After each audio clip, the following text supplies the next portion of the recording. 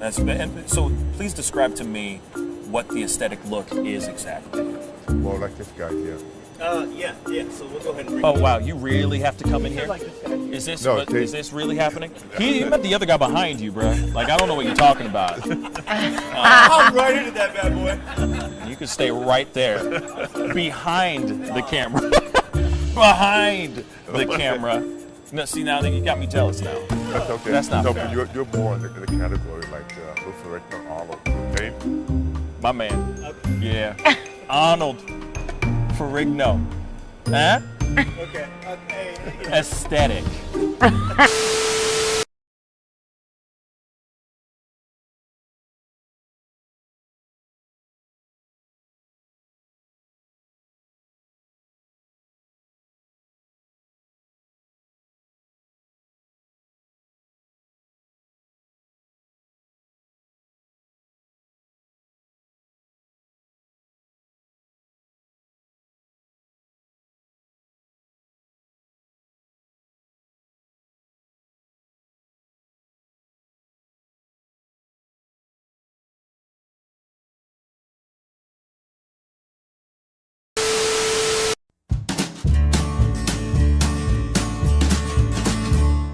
That's great, partner. You two ever go out place everything in its proper place? That does not make sense, but we usually do go. We head to Kroger's, and we work. Oh, yeah. I've got a lady waiting for me back home also. She has the most beautiful scrotum.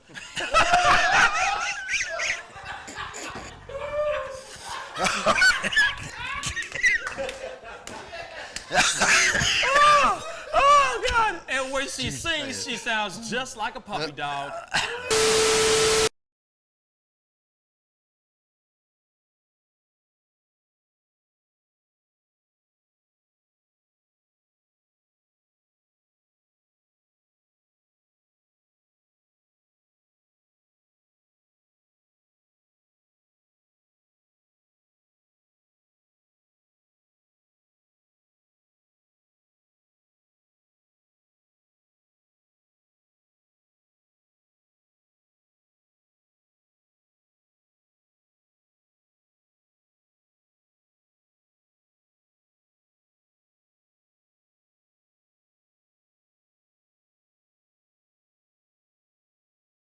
How do you nail a photo?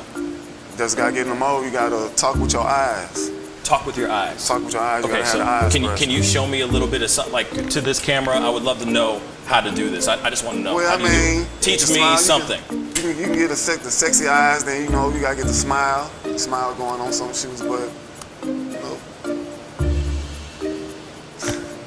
Wait, hold up. You got. I gotta when try it's this time, with when, you. it, when it's Hold time on. to laugh, I gotta try you this gotta with think you. of something All funny right, and start laughing. do it again. Do it again. How do you do it? Teach me. Sexy eyes. The sexy eye. This is sexy eyes right here. Smizing? Smile. So you're smizing. Smile. Okay.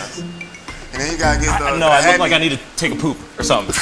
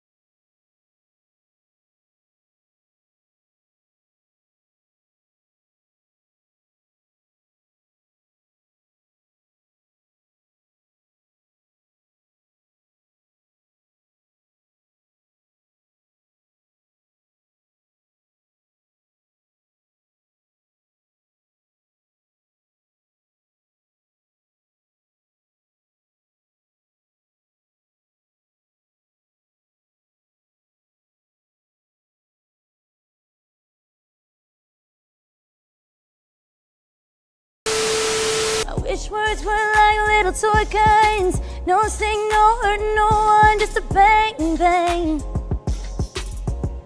Right? Is that it? Yeah, it's something like that. Just a bang, Toy bang, guns. rolling off your tongue. Toy guns. It's no smoke, no Bang, bang. bullets. Water guns. All right.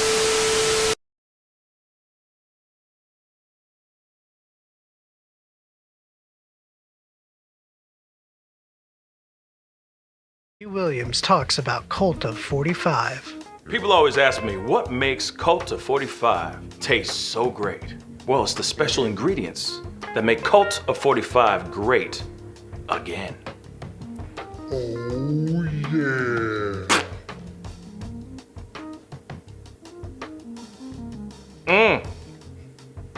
Tastes just like bullshit. Oh, God. The greatness of Cult of 45.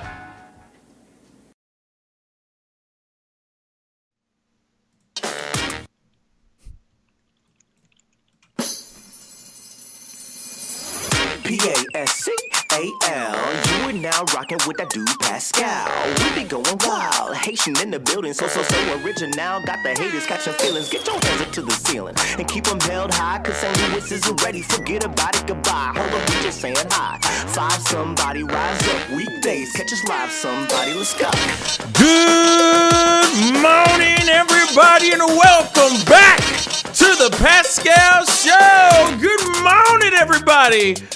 Oh my God, oh my God. It has been the longest 2 weeks in the history of 2 weeks, but we are back. We are back at it again, y'all. Damn. I am so happy to be back. You have no idea. Let me just say this. Oh, we got to do this as always. Do a little bit of that Tokyo drift. What's good, everybody?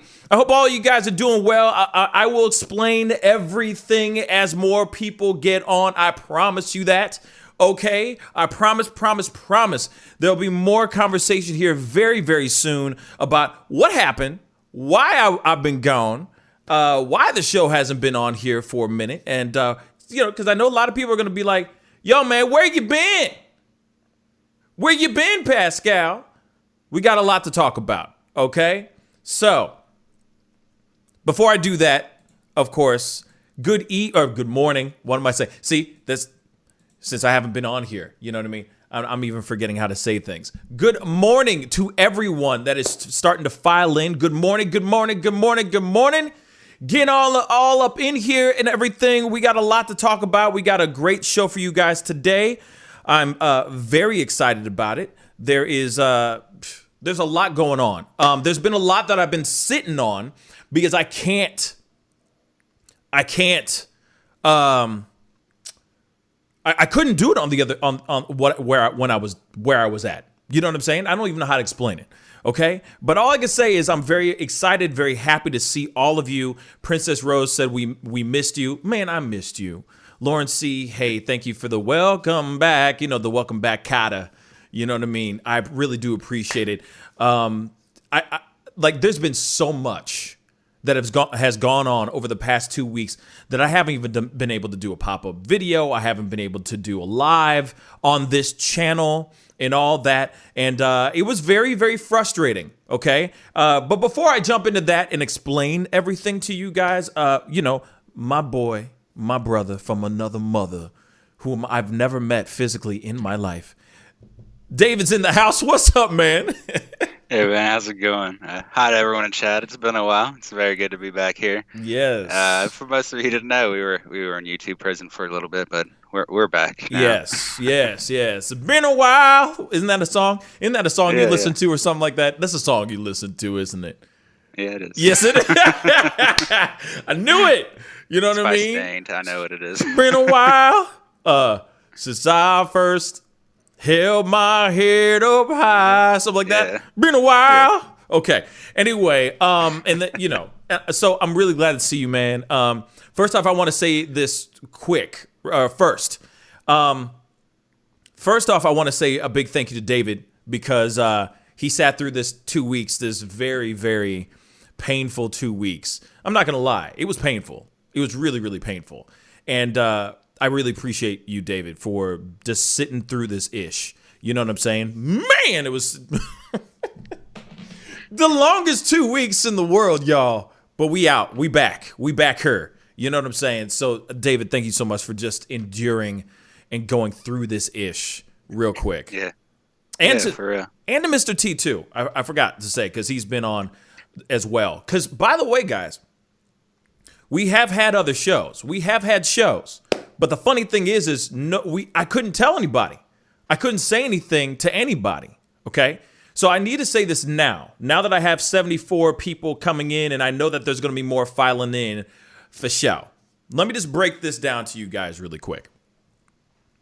I have a second channel, okay? David, if you don't mind putting the link of the second channel on there, on the in the chat, I would really appreciate it. Okay, so let me explain something to you guys, all right? A long time ago in West Philadelphia, born and raised. No, I'm just kidding. So what happened is this, all right? We did a show. The lovely Bryant was on as well. It was me, David, Bryant, on the show, chopping it up, talking about some ish, okay? And then all of a sudden, after that show, the very next morning, I get an alert saying that my channel has been banned because we talked about, how do I say this without even saying it, without it even getting in trouble? The Rona stuff, the poke. You see what I'm saying? We talked about that. Okay, there's only so much I can say without getting in trouble, okay? Without getting flagged or thrown the F down. So let me just say this to you guys real quick. We talked about the poke, all right? The infamous poke that a lot of people, majority of the country is getting right now. And we got flagged for that because they said that we were giving off medical misinformation, okay? So, I don't know where I woke up. That's the information I got. First thing in the morning. Woke up to that information. And they said, you know what? You're not going to be able to speak for 2 weeks. Because I still have a lingering old strike from a previous thing. Okay? From a previous piece of information that I talked about, and apparently that was just a no-no as well. It was a shame on you, Pascal type of conversation. Didn't say anything wrong, by the way. Didn't say anything wrong on that situation. Didn't say anything wrong on this situation too. But apparently it just was not good enough. Next thing you know, I get banned. But this time, because, it's 2 weeks this time. So I had no way of contacting you guys at all. So I'll just say this before I go into too much detail or go, over talk or whatever.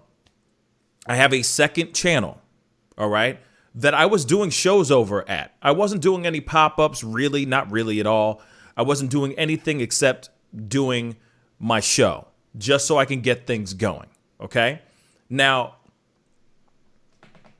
my second channel is called The Pascal Show Clips.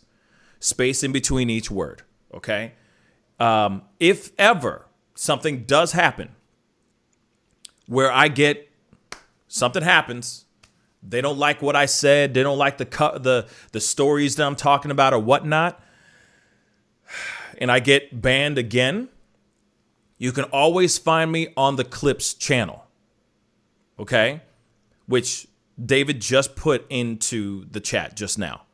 Please, I beg all of you, every last one of y'all that are starting to come in right now, please, please, please go and subscribe to the Clips channel. Please, just in case ish hits the fan, okay? My Twitch is also on as well. So I still have Twitch, I still have Facebook, I still have all the other platforms that I usually have. But I just wanted to make sure you guys know that that channel exists. And that's where I've been in hiding for the past 2 weeks. And if something ever does happen again, which I hope it doesn't, because I'm literally going to be very, very, very, very careful on this channel now when it comes to certain things. If anything hits the fan, if ish hits the fan, I will be on that channel. So please go over to our secondary channel, The Pascal Show Clips. Go hit that like button or hit that subscribe button, of course. And, you know, I will be putting things, I will be putting clips and things on that page anyway. I will be feeding that page, that channel. So it's not like it's just going to stay dormant until, you know, unless something bad happens. The page will still exist. It will be a functioning page. So I just wanted to let you guys know that. And for all of y'all that are filing in right now, good morning, good morning, good morning again. But please spread the word, you know, that I have that secondary channel just in case they do something or they see something that they think is unsavory. Okay? Which I still think is BS. You know what I'm saying? Pineapple Blast works for me. Sure, Zozo Bob. You know what? I'll go with that. Pineapple Blast, okay? The Pineapple Blast, okay? Pineapple Blast is what I talked about. That got me in trouble because I voiced my, well, actually it wasn't just me. It was me, David, Bryant. We all spoke on our thoughts on the Pineapple Blast. Our own candid thoughts. We still had conversations. We read off of reputable and highly revered articles. We didn't do anything wrong. We didn't say anything wrong. We voiced our opinions, but apparently you cannot talk about Pineapple Blast. So, we ain't talking about Pineapple Blast no more on this page. I'm just going to be straight funky with y'all, okay? There's certain things that happened in January that got me in trouble about 3 months ago. Can't talk about that no more either. Okay. So that's just what it is for right now, unfortunately. Okay. So again, I appreciate all y'all who are going over there to the secondary channel and hitting that subscribe button. I really appreciate it. I'd love to get that one to like 1,000 subscribers so that machine can keep moving, etc. You know what I'm saying? Lady Justice, I do agree. I think that there needs to be a dictionary chat room so that we can come up with different phrases so we don't get in trouble. You know what I mean? Because it's BS. As soon as you say anything that has to do with the 19 vid, etc., Rona, you get smacked in the face. You talk about Pineapple Blast, you get in trouble. So, can't do that anymore. Okay. And I just posted to Discord and chat as well. Discord doesn't bother to censor any channel, so you can talk about whatever you want there. If you want to talk about that kind of stuff with us, just jump over to Discord and ask us, and we can talk there as much as we want. And we can also do live shows over there. You know what I mean? Like, if it is a real conversation about any of the manufacturers of the Pineapple Blast, then we can go in there and we can actually talk about those things on the Discord, because Discord is, you know, is the Wild Wild West. You know what I'm saying? It's free to speak however we want, any old time. So just letting you guys know, those are the things that we need to talk about, or those are the things that happened. Why I wasn't on for 2 weeks. It has been the longest 2 weeks of my life. It has not been easy, but I am actually very, very happy to be back, chopping it up with you guys. We missed a lot of stuff. Well, with the entire family, we missed out on a lot of conversation over like huge moments in history, actually.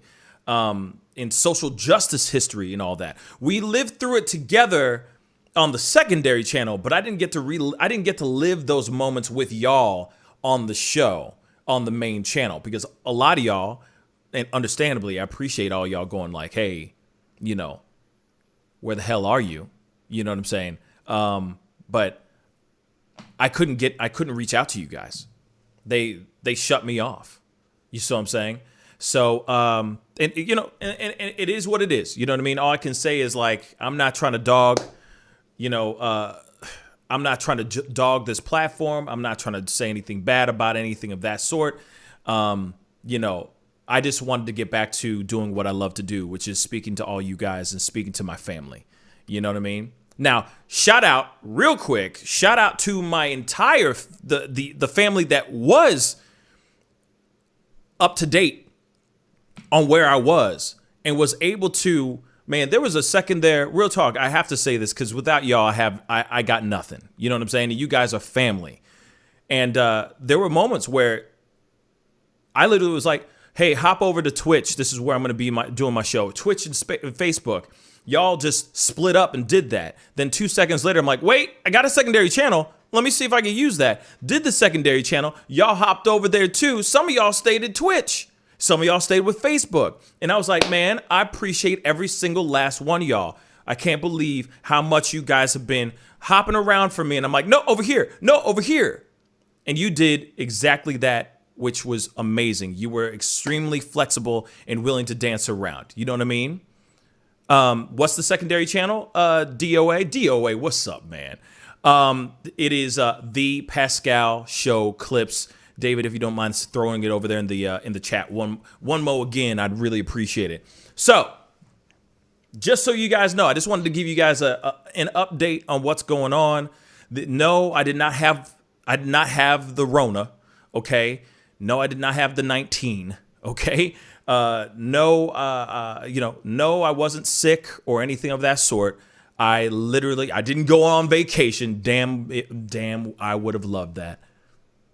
I would have loved to go on vacation, been like, yeah, man, I just came back from Cancun, hung out with Ted Cruz and everything was great. But no, unfortunately, no, that was not the case. I woke up one morning and they said I was banned because of talking about Pineapple Blast. If you don't know what Pineapple Blast is, it means the poke that everybody's getting. Okay? The poke that everyone's getting right now, okay? Whether you are getting it or not. That's the thing that everybody's talking about right now. Apparently, we're not allowed to speak our opinions on that stuff, which is horse-ish. Just saying. Just my personal opinion. It's absolute trash. But hey, I'm still here. The channel still exists, and I'm very happy about it. So once again, for all y'all that are coming in right now, please go and hit that subscribe button on my secondary channel. That would really, really mean a lot because, like I said, it is Russian roulette. Every time I post a video, I don't know if I try to stay within the guidelines of their community guidelines and all that stuff. Sometimes they will just shut you down because of whatever. And that's the thing that's very terrifying to me, right? I love what I do. But every morning I wake up and I'm checking my emails and checking my page, obsessed because I keep thinking that they're going to tell me that my whole channel's been wiped down. So just for peace of mind, please go to the Pascal Show Clips page, hit that subscribe button over there so that you have that just in case this channel suddenly just disappears. Okay? Because I would love to have everybody who I've learned to love and respect and meet and have had the privilege to have as family members on this show. And the hard work that I put into this for the past year, I'd hate for it to all just disappear just because of me talking about a Pineapple Blast.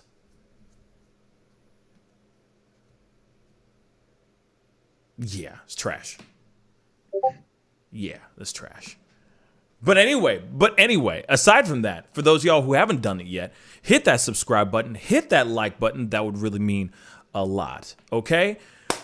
All right, we got to jump into some of this stuff. It is, yes, we are very happy. Don't get me wrong. I am very happy and excited because honestly, we are back at it. We're back on the main channel. We doing our thing. There's a lot to discuss. There's a lot to talk about.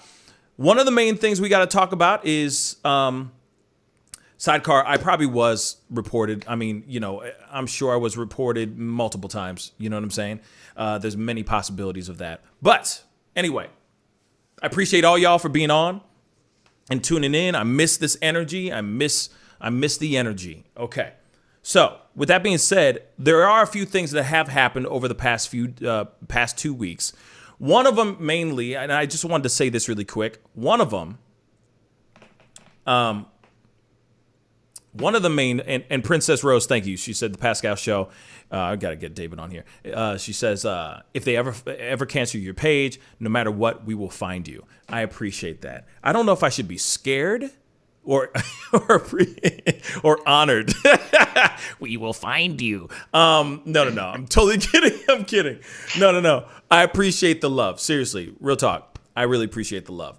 But one of the things that we didn't get to really talk about as of recently is George Floyd's verdict happened last week, or sorry, the week before that, right? Yeah, something like that. Yeah. It was last week, right? It was last week. It happened last week because it happened on 4/20. Okay. Last week. And Derek Chauvin was found guilty on all 3 counts, which was a glorious thing, which was an amazing thing. And I'm very, very happy about what happened. And the thing is, we had a very emotional show that day. And it was really just such an amazing thing. But then that same day, a 16-year-old girl was shot and killed by the police by the name of Ma'Khia Bryant. Ma'Khia Bryant was having a fight with some other girls. I wouldn't even call them adults because they were of adult age, but they were acting like little girls. But they were having an argument, having a fight. Cop comes out, jumps out, and sees these girls having a tussle. Ma'Khia Bryant has a knife in her hand, lunges for the girl in the pink. He opens fire on her, shooting her 4 times in the back, basically. Later on, she's sent to the hospital, and she was reported deceased at that time. Now, that was a very big conversation, a very big polarizing conversation for sure, because there's a lot of people that feel some type of way about police in general and whether police are allowed to ever pull out their guns. When is the right time and when is the wrong time? Is there ever a right time? Actually, let's just say that. So we had a very, very polarizing conversation. There was a lot of people on both sides of the fence speaking their thoughts and speaking their minds on that situation. But now we've moved on to this next story. Now we've gone into a new story. Now, this is something I broke on the show last week or so.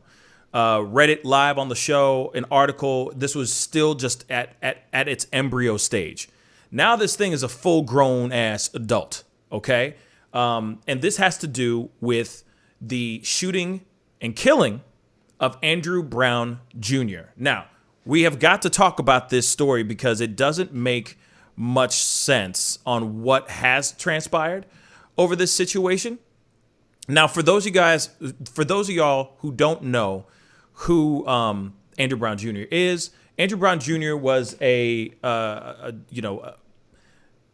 gentleman, father of 10, that was shot in his car driving away from police officers. Okay. Now, I broke this story because they were literally answering to a search warrant in his home.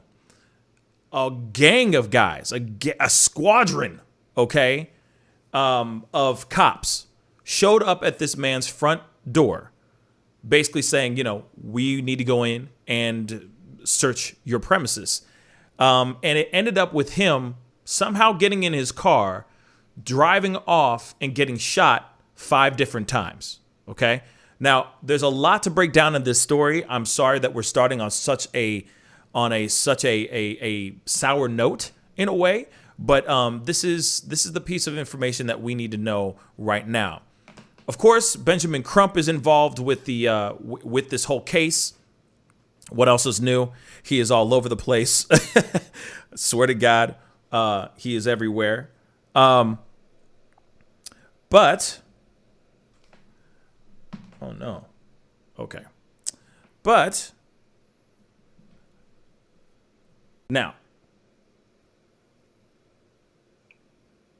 Okay. All right. We're back to normal. All right. And yeah, I don't know. This internet is being very choppy. We were doing just fine, and then the internet just went to crap. You still hear me, David, right? Yeah, our Twitch stream is fine. It's YouTube. Yeah. Oh, wait, no, I lied. Twitch is messed up too.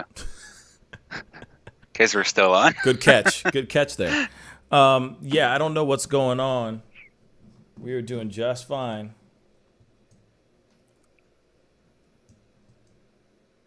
I think we might be back. Yeah, it keeps bouncing up and back down and up. Okay. I'm going to see if they can hit the refresh button before I continue. Okay. So, internet's back to normal, apparently. Allegedly. Okay, so we're good. Internet should be good. I don't know what's going on. I do have a storm passing over right now, so it might be a little choppy. I'm sorry, guys, but I didn't want to continue without you guys actually hearing this story. Okay, so half my state's without power, so I'm feeling you right now. Yeah, exactly. You know Denver what I'm saying? Lost all power this morning, bruh. Yeah, it was bad all night, and then and now it's terrible right now. So I mean, it's now starting to subside, but when I got up this morning getting ready, I mean, it was bad. Okay, so. So for those of y'all are back, okay, everybody's back. Okay, good. So I don't even know where I was, but I'm gonna say some things, and if I sound like I'm repeating myself, please forgive me. Okay, lo siento. All right. So this gentleman, all right, he's at his home.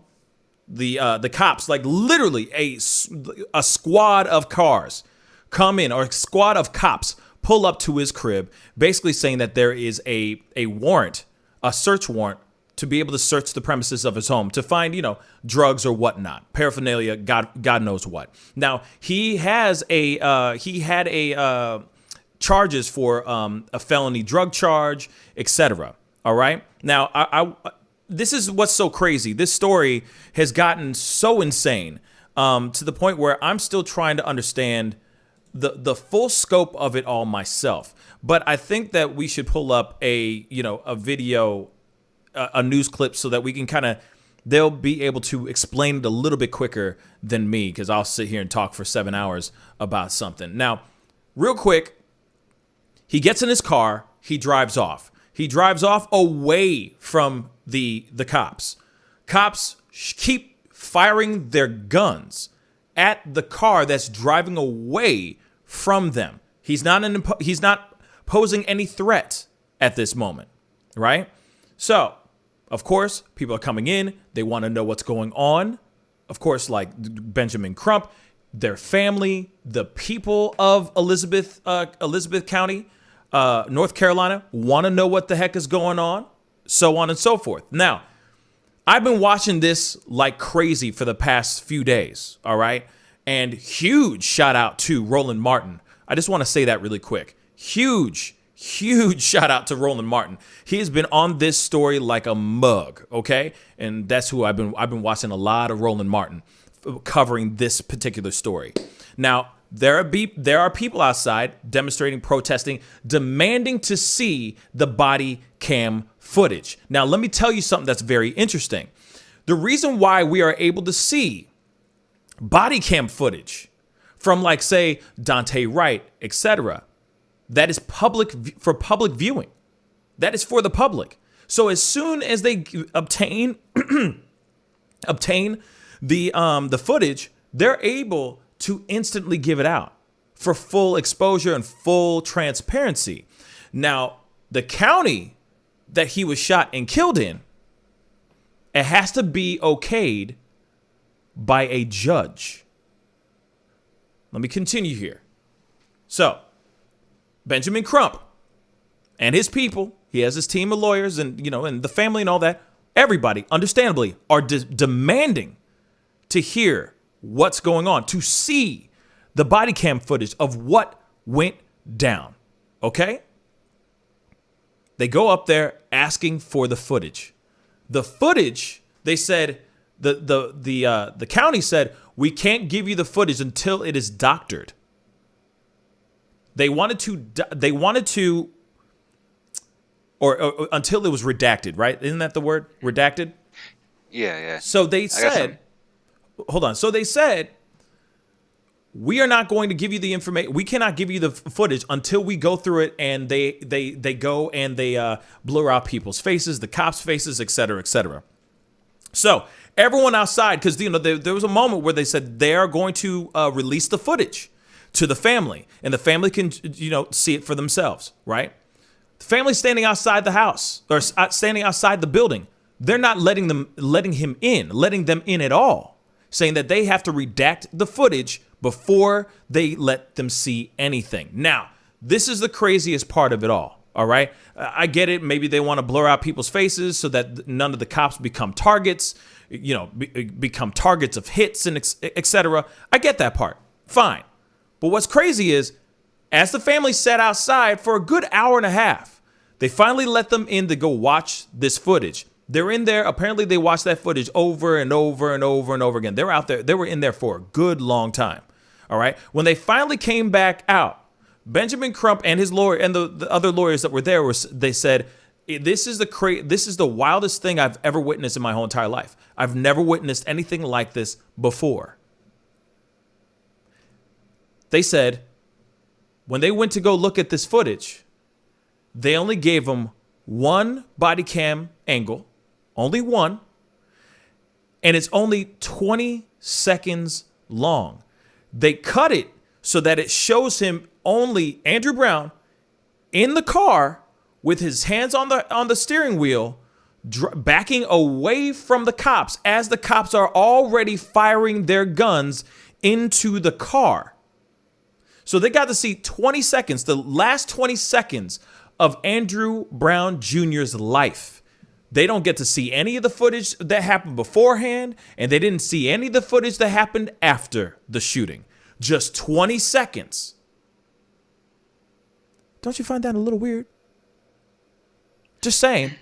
I find that a little strange. So they go out and they tell this to the public, to the people that are all out there, coming together, protesting, angry. Next thing you know, they're saying we only got to see 20 seconds. We only saw one angle, one body cam footage. Of course, all the cops' faces are blurred out. And they're going, we want to see more. We want to see beginning, middle, and end of this damn movie. But you're only giving us the climax? And that's it? Nothing that leads up to this? This don't make sense. So then they do an independent autopsy. An independent autopsy of Andrew Brown Jr. And guess what they found out? They found out that he was shot 5 separate times. 4, on his arm, in his arm and in his side. And the kill shot was one single bullet to the back of his head. The back, not the front, the back of his head. So, questions are arising.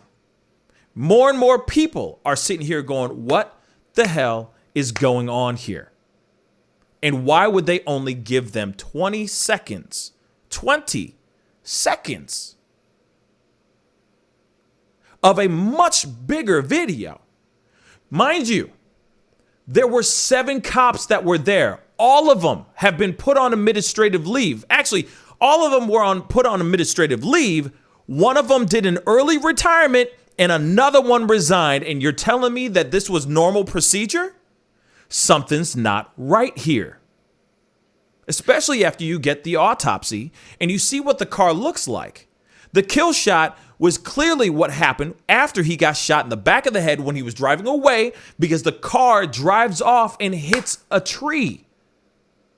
He died instantly once that bullet hit him in the head. In the back of the head. There are eyewitnesses out here that were out there seeing everything, watching it all.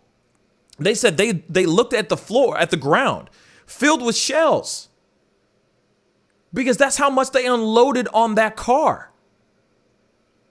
Unloaded on the car. Now, I want to show you this, and I know David's got his information too. I just want to show you this this news clip. This has gotten to the point where the FBI is now doing an internal investigation on this ish. Today, they're supposed to, sorry, let me put this back. Today, they're supposed to go to a judge to see if the judge is going to sign off to let the public see the full footage, if he's going to release the footage to the public. I hope he does. I really do hope he does, but something in my body, something in my bones tells me there's a good, strong possibility that he's going to say no. Let's take a look at this video really quick. There's new video that shows the moments leading up to the police shooting of Andrew Brown Jr. Sheriff's deputies shot Brown in his car last week. Bruh, look at that. Look at that. Look at that damn car. Look at the car. Look at the car itself, y'all. Riddled with bullets. Let's see, hold up. This whole back window is blown out, by the way. One, I think that's a bullet here too. One, now I'm not going to count that. That might just be a nick. But that's a nice looking car, by the way. 1, 2, 3, 4, 5, 6, 7. And then let's not forget this whole window back here that ain't in there anymore. 1, 2, 3, 4, 5, 6, 7, 8, 9, 10. Maybe. You can even see from the back right hub where the shot definitely came from behind and went into the hub. Oh there. yeah, you can see right there. Yeah, that's from behind, bruh. And that front windshield looks undamaged still. Oh, which works with the reports we got from people that were supposedly in the area that all the damage was to the back windows for the most part. So this kind of confirms what we thought originally, that the firing or the gunfire did all go through the back window. I mean, you can see a few on the side shot, which makes sense because he got shot in the arm like 4 or 5 times before they shot him in the back of the neck or in the back of the skull, where the bullet stopped because it did not travel through. Yeah, I mean, obviously riddled with bullets. Sorry, I'm going to continue the video. But just look at this damn car, y'all. And you're telling me that this was standard procedure? That this was protocol? I beg to differ. I beg to differ. Let's continue. While they were executing a search warrant at his home in Elizabeth City, North Carolina. We still haven't seen the body cam video, but a nearby security camera recorded the deputies pulling up in a pickup truck. Look. I'm going to pause it on this too. I want you to know that there's 3 men here and there's a bunch of men in the back, even more, sitting on the bed of this truck. They came in ready to go, y'all.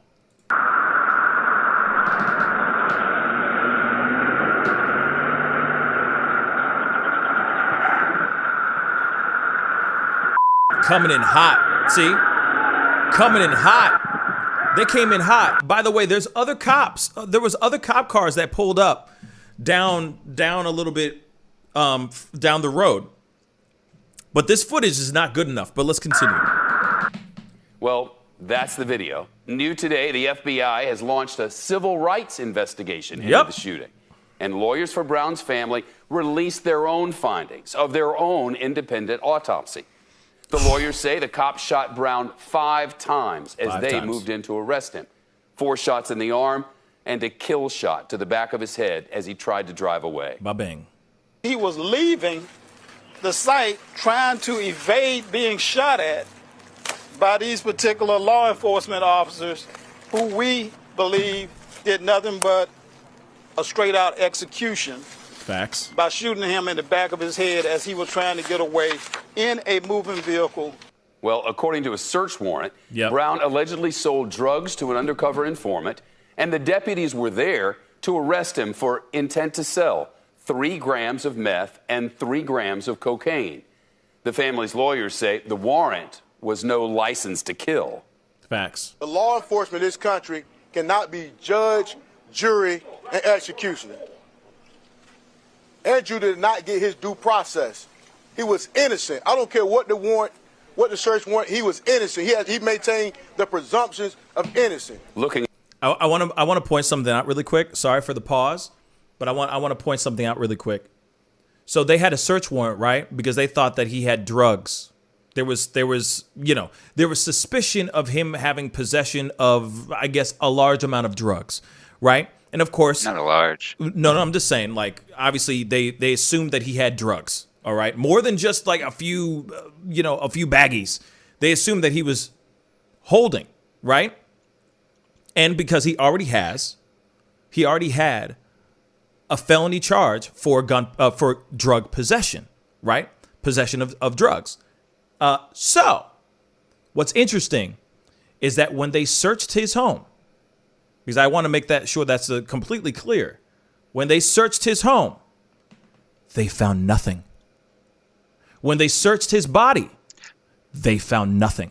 When they searched his car, they found nothing.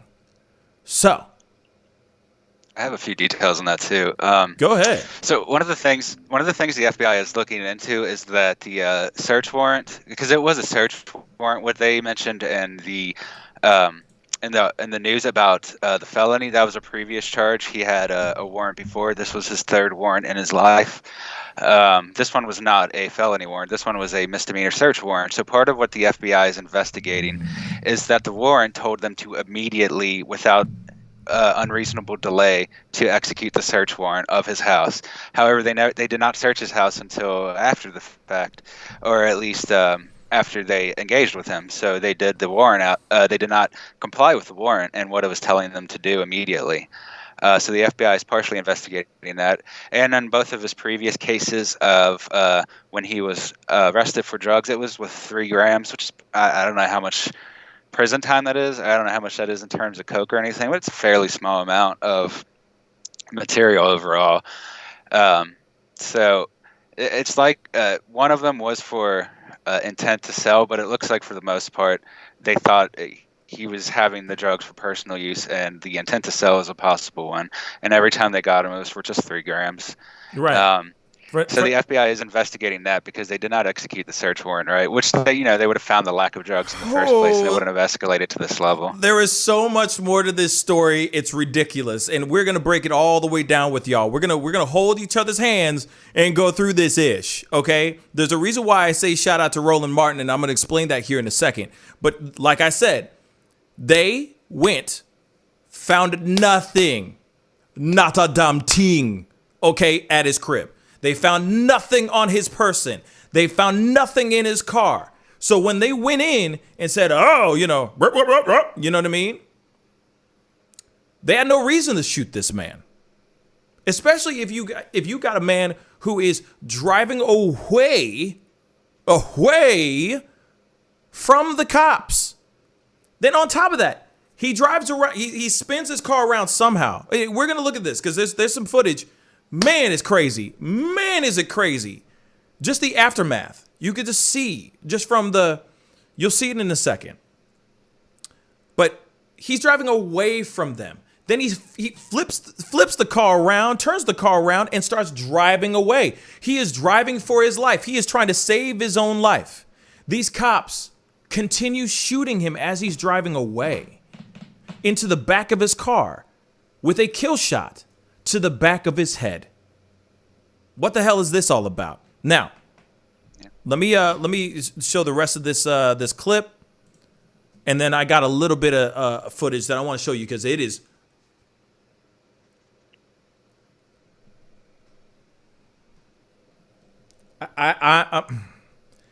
This be suspicious, okay? I'm gonna show you something that's crazy and it's suspicious as hell. But you're gonna have to be patient with me because I'm gonna have to scroll and find it, okay? But it's crazy. Let's take a look at this. Ahead, we could find out tomorrow if and when the public might see the police body cam video from the shooting. We'll find out today. NBC's Megan Fitzgerald is live on scene tonight. Megan? Shep, look, that hearing is scheduled for tomorrow morning at 10 a.m. And that's when we could hear from a judge whether or not the public will be able to see that video. Now, the media, including NBC News, has filed a petition, and so has the sheriff, as he has promised to be transparent. But I can tell you there is growing criticism from the family who was only able to see a 20-second snippet. Now, he said, this man right here, the sheriff, was saying, hey, I want full transparency, and I want all this information out for the rest of the world to see. We need to be transparent. We need to be upfront and honest and real. Then all of a sudden, I mean, obviously, sheriff can only do so much because now he has to get, because the judge has to literally sign off to release this information. But at the same time, a lot of people are thinking that maybe the sheriff and the judge are in cahoots. Like, he's going to play the good guy. He's going to play like, we got to be transparent as possible. But a lot of people think he might be fronting, that they're in cahoots with each other. David? I think that's possible. I was looking into how they generally release video in the area. So generally, if there's a police-involved shooting, they will release the full video to the family, and ultimately, this is generally, the family will decide if they want to release it to the public, and then the video will be released to the public. So they're handling this case very differently. They only showed a limited part of the video to the family, and the family really has no say in the video release, which is atypical of how they handle video release in the area. So there is generally, like I said, we would already have this video, but for some reason they did not give the full video to the family, and they are not... and it's not optional for the family to release it in this case. Now, there's no law requiring them to do that. However, that is how they've done every major police-involved shooting, at least for the past 2 years. Mm-hmm. So this is atypical of them to not release this video immediately. And there's a minor thing in chat I just wanted to clarify. Sure. He did not yes, it's true, he did not have any history of violence. His family said that, and as far as the law shows, that there's no legal history of violence. So that's true. And people were saying there was multiple witnesses. No, there was only one witness behind this warrant. It was one confidential witness. We don't know who it is. We probably never will. But that one confidential witness was the one behind the warrant, and that individual witness claimed that there was heroin, crack, and cocaine as well. Yeah. But this was all from one witness that we will not. It's a confidential witness, so they're not going to release the name. It's a CI. We won't know who it is, most likely. Yeah. I mean, it's a CI, so I mean, obviously that person is going to be quiet. They're going to keep that person anonymous, of course. But yes, there are a lot of people that are speculating that this sheriff that looks like he did spray on his hair, apparently, that looks like a toupee, like a really matted toupee. You know what I'm saying? Like he hadn't brushed that ish for a long time. You feel me? Anyway, it feels good to be back, y'all. It feels so good to be back home, baby. Hit that like button, please. It feels so good to be back. Anyway, woo! Let's finish this. Of a redacted video. Law enforcement intentionally edited the video to 20 seconds. 20 seconds. And intentionally blurred out the office and guns and showed us what they wanted to show us under the guise. Blurred out the guns. Did you hear that? They blurred out the guns. Okay, let's finish this. I can tell you the community here is outraged, taking to the streets for the sixth Madness. night in a row, demanding the release of that video. Today, Andrew Brown's son saying that between the snippet, the 20-second video that he saw, and the newly released autopsy that the family commissioned, he is convinced that his father was executed. Yesterday, I said he was executed. This autopsy report showed me that was correct. Those 3 gunshots to the arm, that wasn't enough? That wasn't enough? It's obvious he was trying to get away. It's obvious. And they gonna shoot him in the back of the head. That's not right. Now, the sheriff says that the autopsy is just one piece of a larger puzzle, and he's calling for the state's investigation to be completed. Meanwhile, the governor of North Carolina is calling for a special investigator, a special prosecutor to take over this case, Shep. All right. So, actually, real quick. Why does this guy look like an alien to me? He looks like an alien to me. I'm sorry. I just had to say that really quick. I'm done now. He just looks like an alien. Or whatever. I don't know his name. Yeah. Shepard Smith. He just looks like he looks like an alien to me. Anyway, moving on. Yeah. I know it's a little weird. That was a weird side note. But anyway, let's move. And I know there's a lot of people that love Shepard Smith. So I'm sorry. Anyway, there's nothing wrong with being an alien. There's nothing wrong with it. I'm an alien. You know what I'm saying? So anyway, moving on from this. So there is a piece that I want to show you guys, but it might require a little bit. This might require a tiny bit of scrolling on my end, because this piece is strange to me.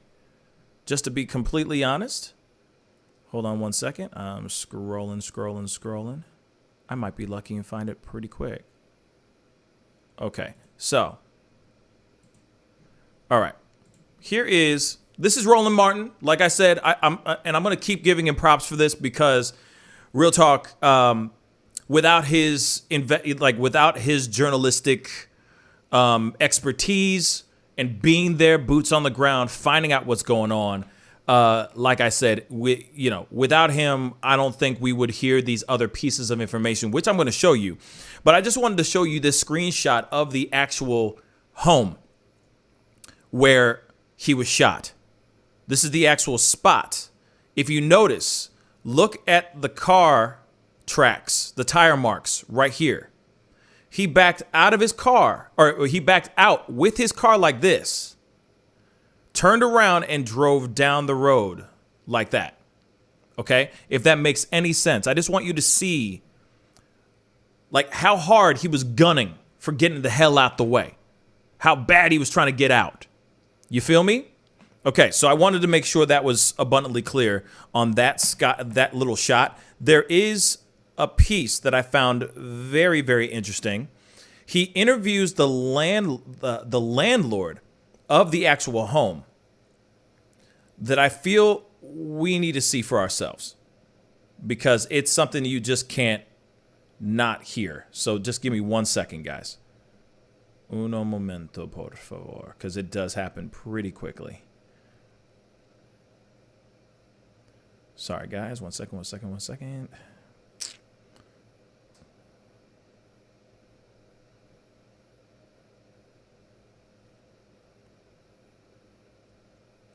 Man, it's like I was stuck on this channel all day yesterday. Hold on 1 second. It's so crazy to me. Here it is. Found it.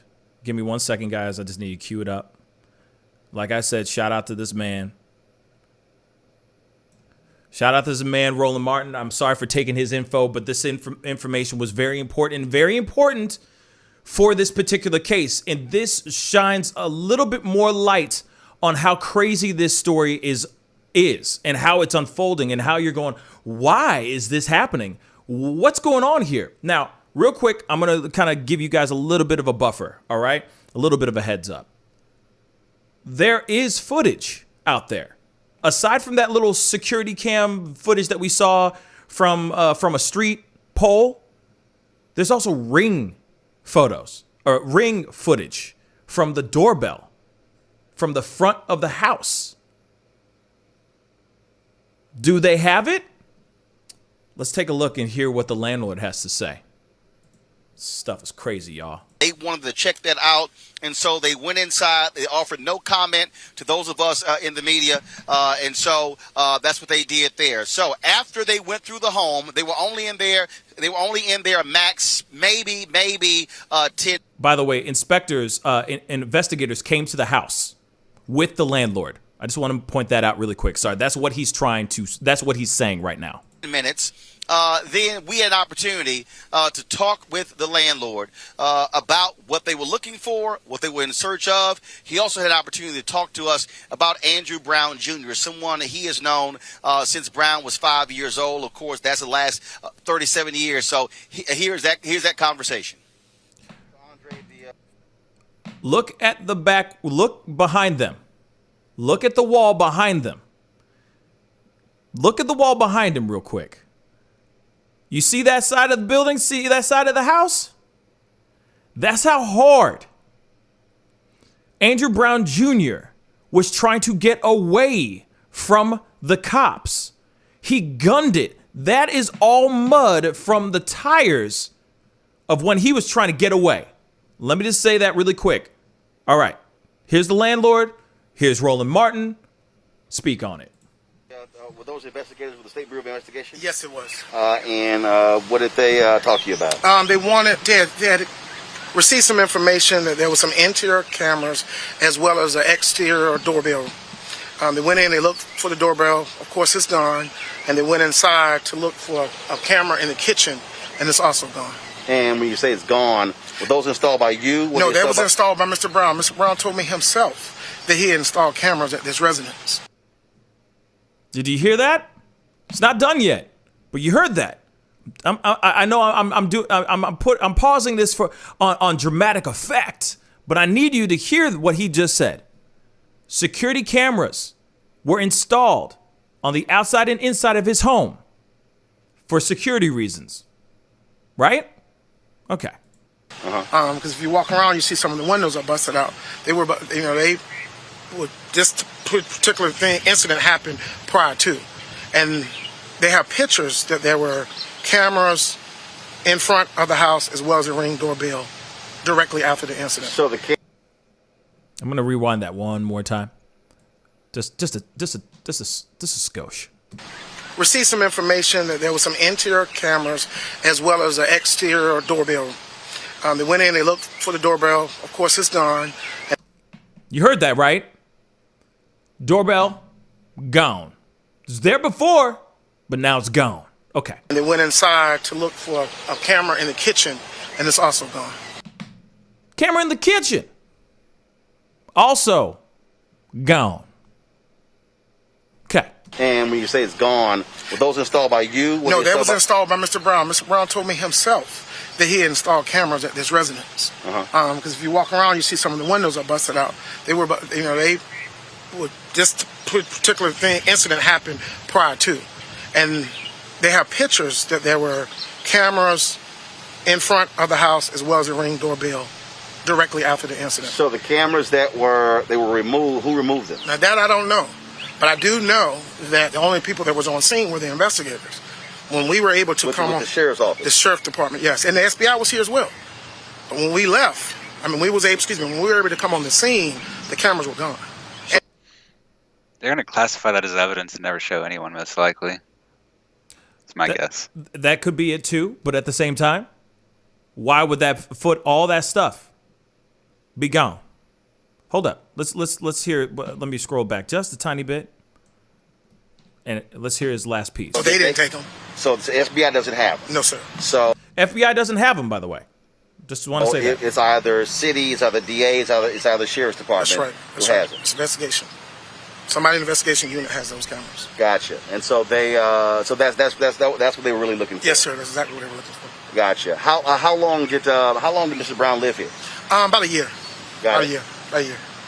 Got it. Describe what kind of tenant. Oh man, awesome tenant. As I was telling the guys from CNN, is Brown came. I taught Brown basketball years ago. He was on my basketball team, and he used to always see me on the street. Hey, Simpson, rent me a place. Man, I'm not renting you because you'll never pay me. You'll never pay me because I knew him, and I have a policy not to rent to people that I know. This particular day, he came to my office and he cried. He said, "Man, I got to get my kids back." He said, "Social services has 2 of my kids at this city, 2 of my kids in this city." I said, "Man, I'm going to give you a chance." And I did that. Not once did I have any problems with him.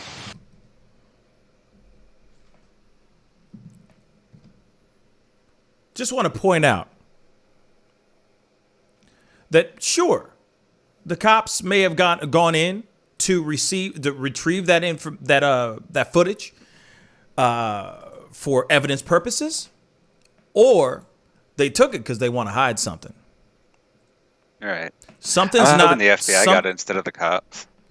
Say that again. So as I was saying, I hope that the FBI was the one that took it instead of the police, because they are also part of the investigation as of yesterday morning. Right. I mean, they're doing a full-on internal. They're doing a full-on internal investigation right now to this whole situation. Now, FBI does not have those cameras. The cops do. So, I want to make that abundantly clear. Something is not right here. Period. Something is not right. The cops have some splaining to do, in my personal opinion. David. Yeah, I mean, I'm hoping the FBI is straight up on this one. I think that if they are, and they probably are in this case, I hope, they should be able to turn all that information up, especially if Roland has video evidence or picture evidence of those cameras being there. I mean, the connections will still be there as well, the power or whatever, the brace or the bracket that was holding it or something. So if the FBI knows about it and the police did just take it, the FBI will likely investigate them. Someone in chat, though, is saying it's the SBI. SBI. No, it's not what we're seeing. Associated Press is not saying that either. They're saying FBI. Hold up. I'll just show it to you guys. This is the article that I was going to pull up and show you guys anyway from the Associated Press. Hold up. Unless Associated Press is wrong, which would be interesting. Here it is.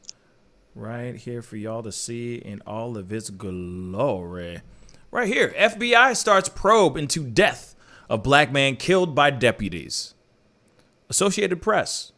So this is the article that we're looking at and talking about as well. So it's not the SBI, it's the FBI. But I appreciate you guys trying to, keep us on point and correct and all that stuff.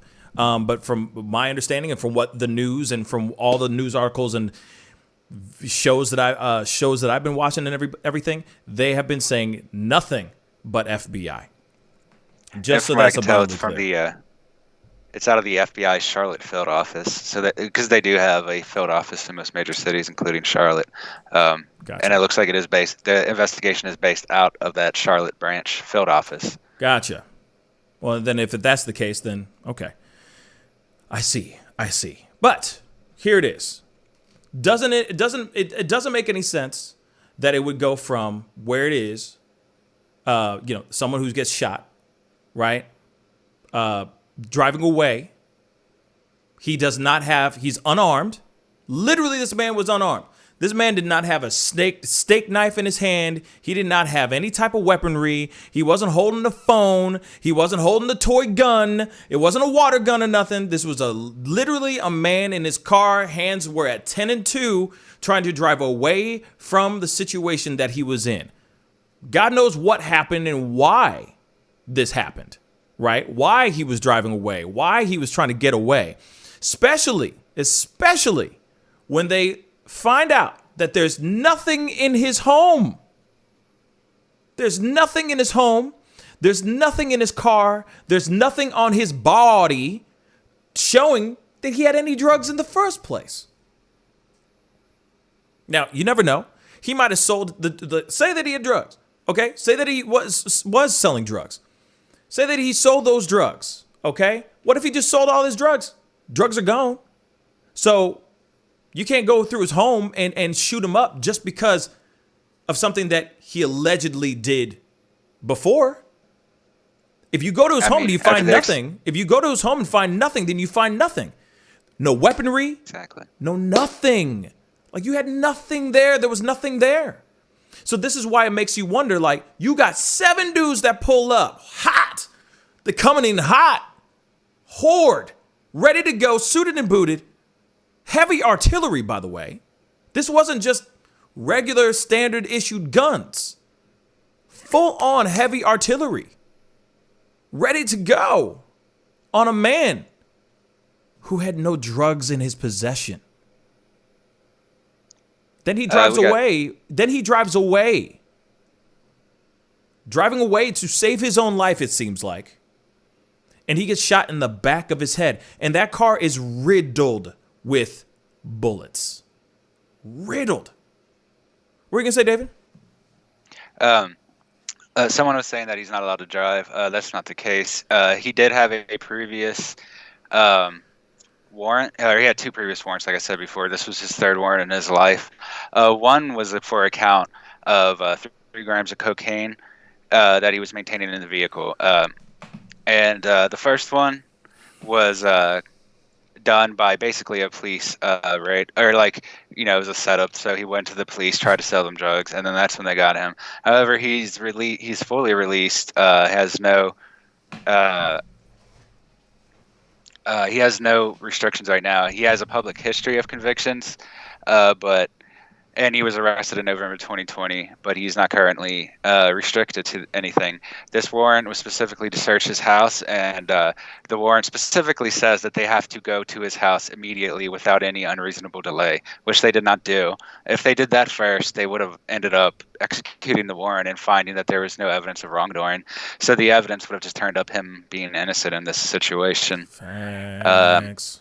So, like I said, this was his 3rd. However, every single case before this was just drug related for about 3 grams on average. Facts. And the second one was just for possession. So the one where they said he was selling was he was trying to sell to a cop. The second one was for possession, and the third one was for to search his house to see if the confidential informant was correct. And once they searched his house, it turned out the informant was incorrect, and then those drugs were not present in his house. And so if they had executed the warrant correctly, he should be alive. I mean, there was no reason for them to engage him directly.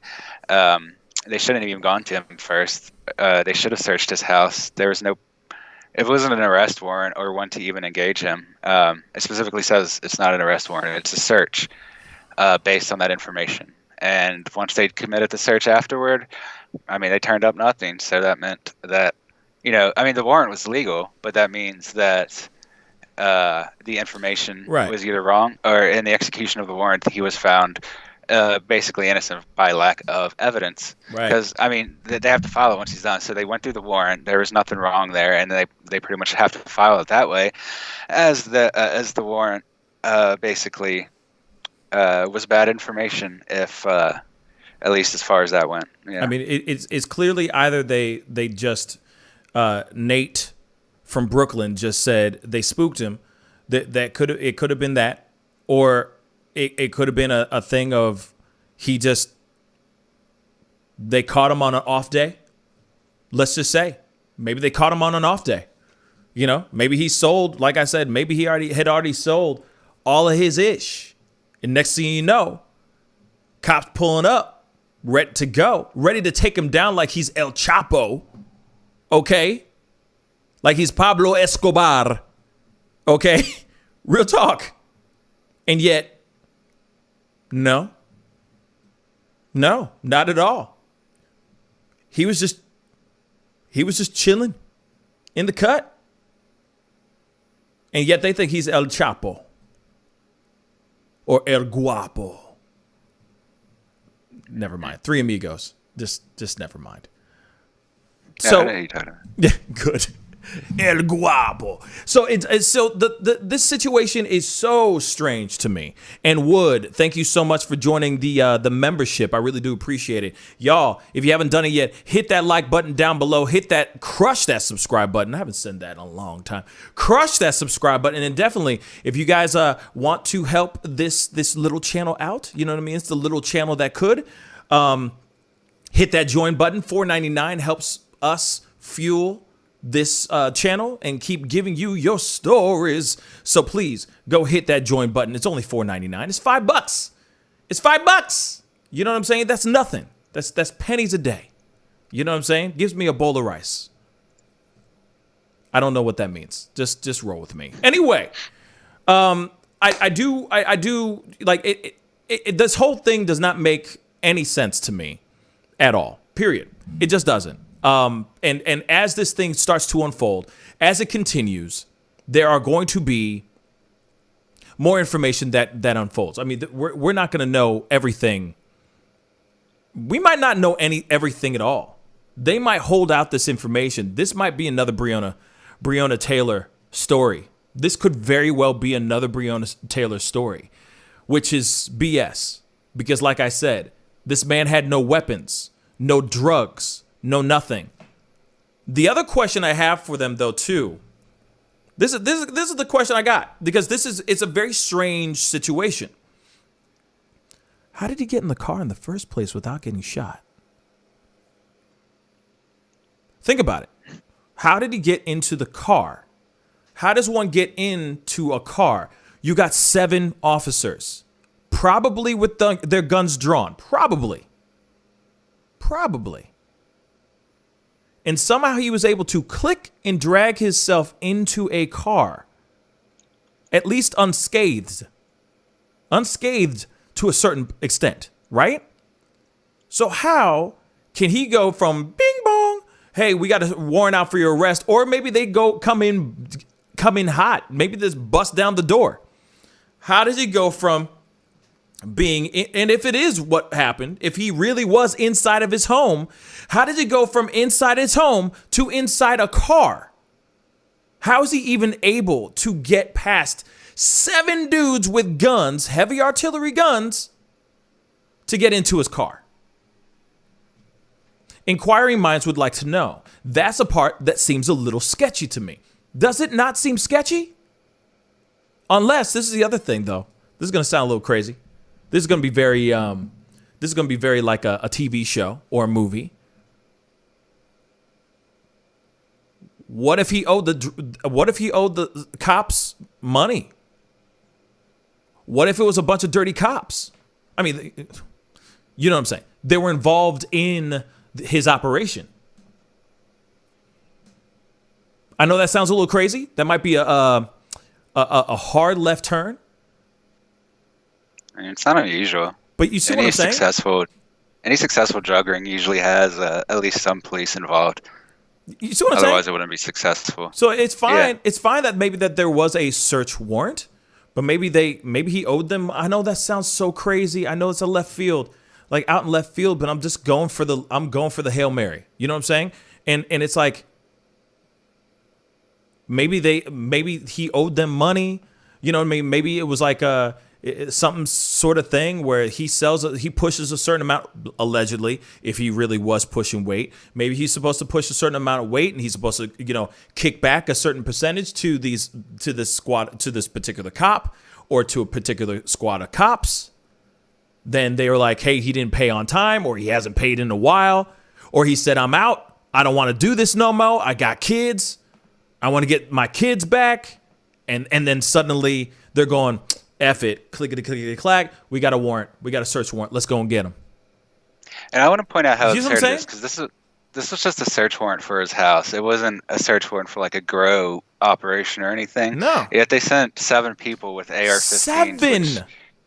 Yeah, well, I don't know how many of them had AR-15s, but at least the ones that shot him in the back had AR-15s. It seems like that all the rounds, at least the one that I read, that at least one of them shot him in the arm with the AR-15. I'm not sure if the shot to the back of his head was, but if he was driving away, it probably was at that, because of accuracy issues. I don't think they'd be able to do that with the pistol, especially if they already had AR-15s up. They likely wouldn't have them. So it sounds to me like with all those, with their setup, they were going there for a full raid, not just a search warrant.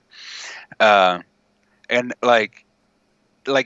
you could see them doing that for a search warrant that was for like a grow operation, or if like it was the meth lab itself. But for someone's house that isn't even alleged to be an operation, especially when he's basically alleged to have been just continuously, I guess, selling these drugs, but they never caught him with more than 3 grams. So none of it really adds up in that case, which is why the search warrant told them to go to his house first, but they didn't. So they assumed they had the evidence, I guess, when there was nothing there to corroborate what they wanted. It doesn't make sense if he's pushing a little bit. Like if he really was doing that, let's just say, like I said, it's all alleged. So if he really was doing that, if he allegedly was giving out that kind of stuff, why would they go at him with such force? Something's not right here. Yeah. for something that is small. 3 grams is small. You know, if he had a full on, like I said, they were going after him like he was Pablo Escobar. You know what I'm saying? Like it just doesn't make sense to me. Why would you go in so hard over a couple grams? Clearly, he's like you would just say a small time drug dealer. You know what I'm saying? You can get 2 or 3 dudes in there, and then you know, and arrest his ass, and that's done. I mean, 3 grams is only about 1/9 of an ounce. That's just personal use. I wouldn't even. I mean, the first time they got him is because he was selling to a cop. So I guess at least in that instance, he was trying to sell it. But he's not really pushing the kind of big numbers that you would expect this kind of attention to. Someone asked what date was the warrant approved. The warrant was approved for the 20th. And yeah, so the warrant was approved for the morning of the 20th. And then I think he was shot and killed on the 21st. The 21st, yeah, I was going to say it was like the next day. So yeah, so they were supposed to search his house on the 20th, and they never did. They were supposed to do it immediately without any unreasonable delay. And it specifically says immediately without any unreasonable delay. That's the language they used. For some reason, they did not execute it on the day that they received the warrant, nor did they execute it before they intercepted Brown Jr. Yeah, I just... All right, here you go. So a gram of cocaine is only about 10 hits for one person. So it looks like on average, people make about $20 profit selling it. And assuming he even had cocaine, we don't know that he had it because the warrant showed that he did not.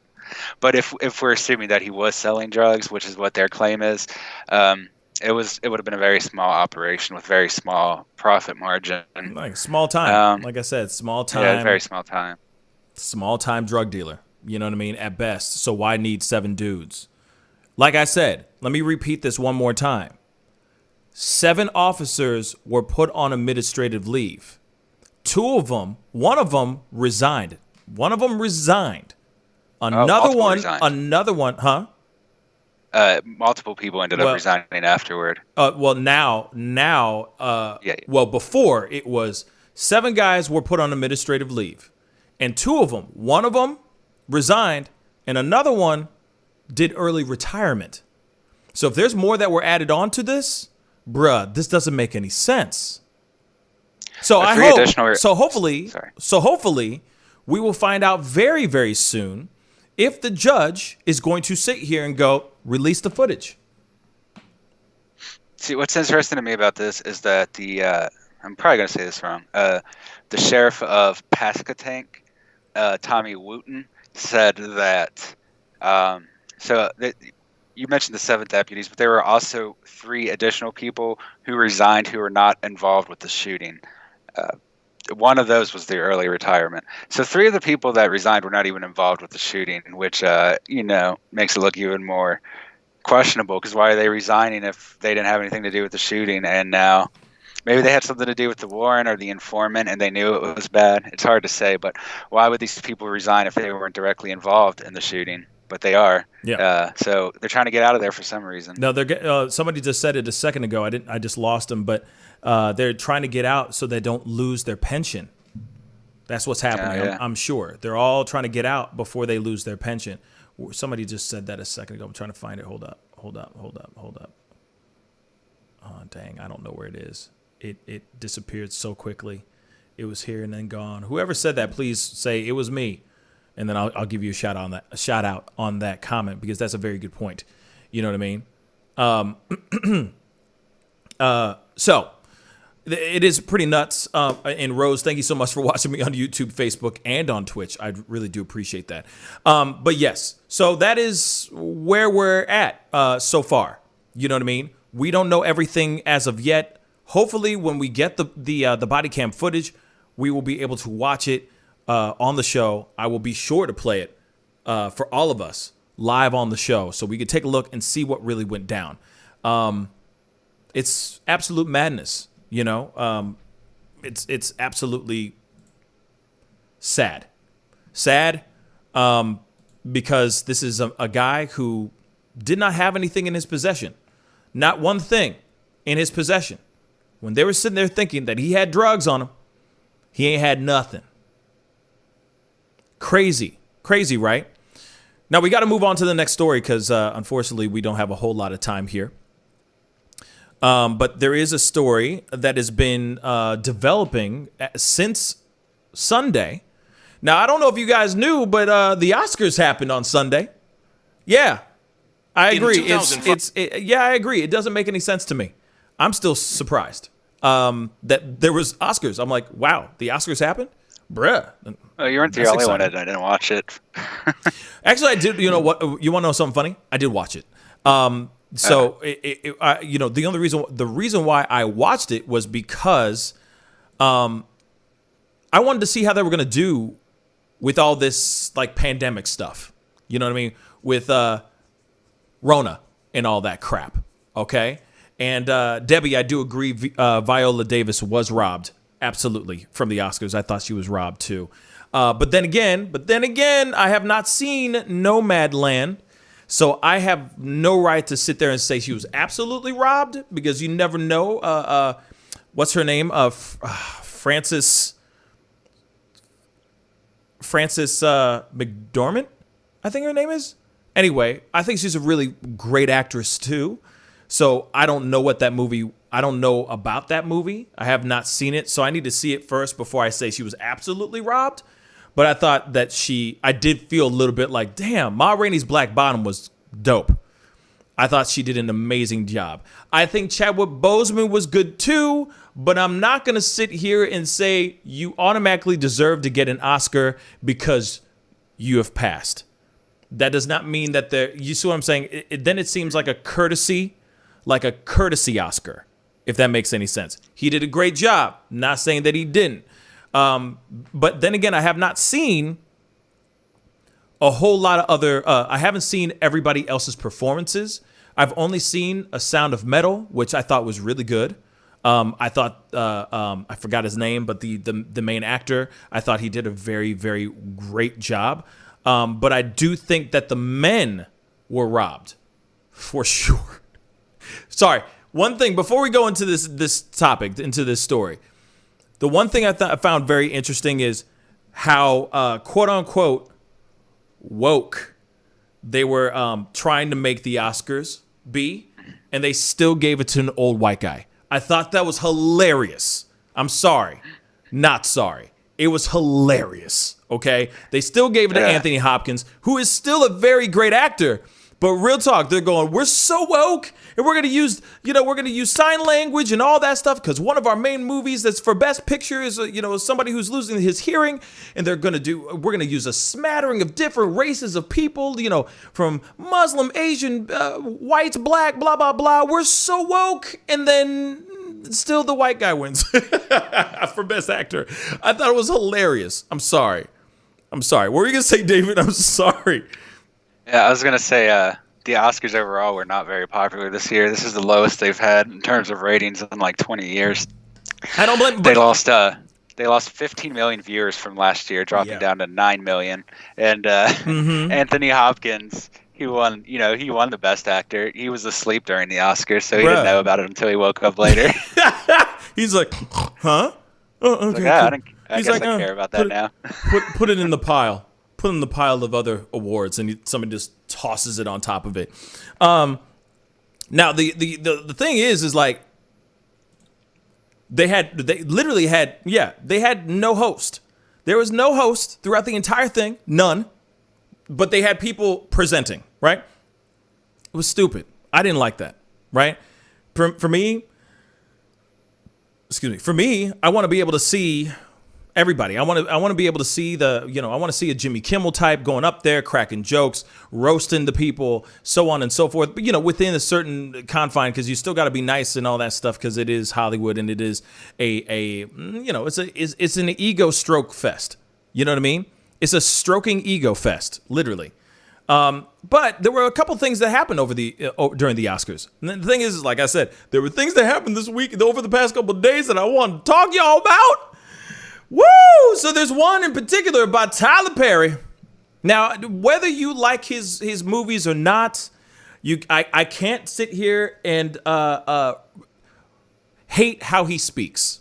Okay, I think he's a fantastic speaker, and he is in trouble. People are trying to cancel Tyler Perry. Now he received the Jean Hersholt Humanitarian Award, and he did a speech during the Oscars. Now, like I said, I don't think Tyler Perry will ever see an Oscar for any of his movies. No disrespect to him. Like I said, it's his stuff is very polarizing. Some people love his movies and some people hate his movies. So I don't think he'll ever see an Oscar until he writes that and directs that one thing. You know what I'm saying? But now he's on the chopping block again, y'all. Yes, I said it, Crystal. They're trying to cancel him again for this speech. Let's take a listen.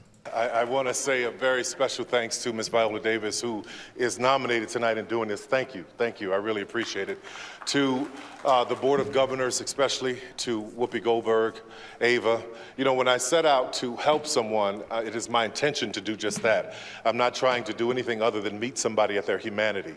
Like, case in point, this one time, I remember maybe it was about 17 years ago, I rented this building and we were using it for production. And I was walking to my car one day and I see this woman coming up out of the corner of my eye and I say, she's homeless, let me give her some money. Judgment. I wish I had time to talk about judgment. Anyway, I reached. Now, so far so good, right? Let's continue. In my pocket and I'm about to give her the money. She says, excuse me, sir, do you have any shoes? It stopped me cold because I remember being homeless and having one pair of shoes and they were bent over at the heels. So I was like, yeah. So I took her into the studio. She was hesitant to go in, but we went in, we go to wardrobe and there are all these boxes and everything around the walls and fabrics and racks of clothes. So we ended up having to stand in the middle of the floor. So as we're standing there, wardrobe, we find some shoes, we help her put them on. I stand up, I'm waiting for her to look up. And all this time she's looking down. She finally looks up, she's got tears in her eyes. She said, thank you, Jesus. My feet are off the ground. Beautifully said. Beautifully said. Hold on. In that moment, I recall her saying to me, I thought you would hate me for asking. I'm like, how can I hate you when I used to be you? How can I hate you when I had a mother who grew up in a Jim Crow South in Louisiana, rural Louisiana, right across the border from Mississippi, who at 9 or 10 years old was grieving the death of Emmett Till. As she got a little bit older, she was grieving the death of the civil rights boys and the little girls who were in the bombing in Alabama. She grieved all these years. And I remember being a little boy and coming home, and she was at home, like, what are you doing at home? You're supposed to be at work. She was in tears that day. She said there was a bomb threat. And she couldn't believe that someone wanted to blow up this place where she worked, where she took care of all these toddlers. It was the Jewish Community Center. My mother taught me to refuse hate. Everything is fine. Allegedly. Everything is fine, y'all. Until right about here. She taught me to refuse blanket judgment.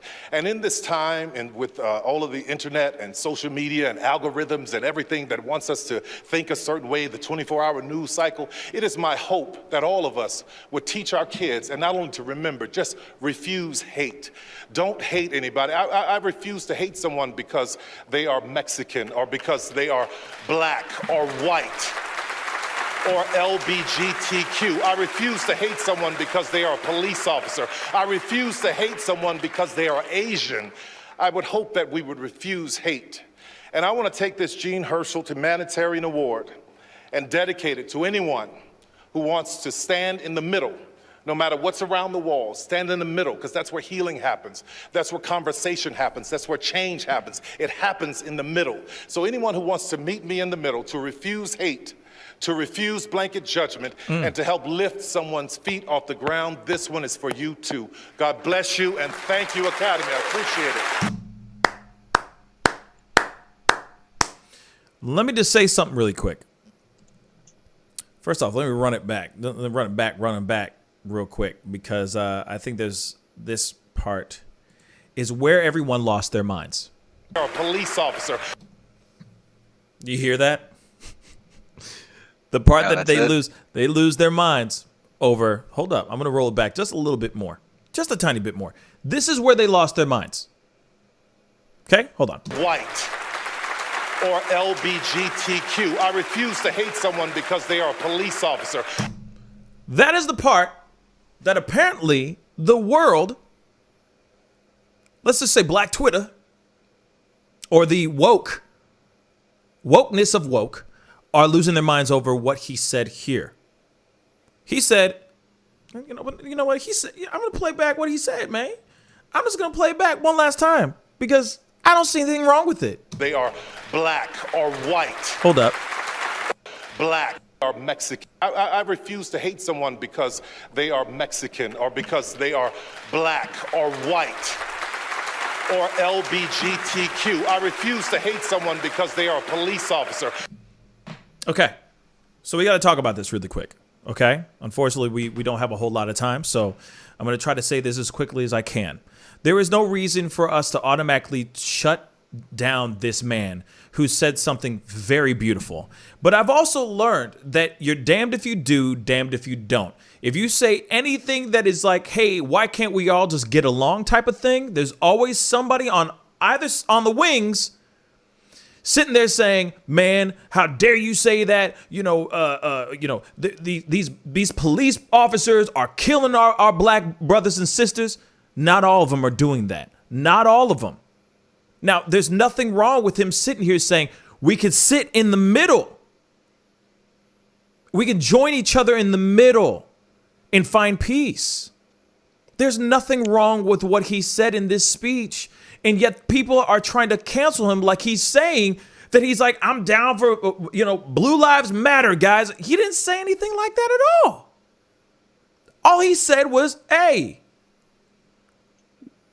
there are good people everywhere in all races. There are bad people in every category too.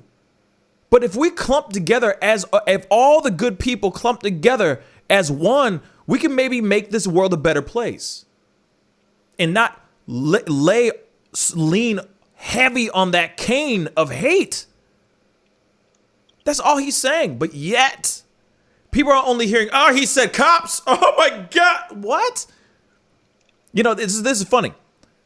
This is funny because if Ish hits down, if Ish goes down and if we're in trouble, you got the crazy ex-girlfriend running after you with a butcher knife.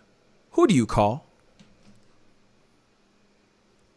If something happens to someone you love and you're in dire straits, who do you call? You call the cops. Like I said, don't get me wrong. There are some there's a lot of bad cops out there. But I'm not instantly looking at a cop and saying, you're the devil. Not instantly, not me. I wait to see what he's going to do and how what they, not him, what they are going to do. I don't think there's anything wrong with him saying, why can't we approach things with love? Why can't we meet in the middle with love and love each other and realize that not all black people are bad. Not all white people are bad. And every other color of the rainbow is not bad. And if you wave a flag that is rainbow colored, you are not a bad person either. Why can't we all just Rodney King get along without him getting in trouble for saying something like that? He is a person, aside from his movies and all that, he has done so much for his own community. He has done so much for people just because he can. Because he's been blessed with that, with an abundance amount of funding and the things that he can actually give to other people.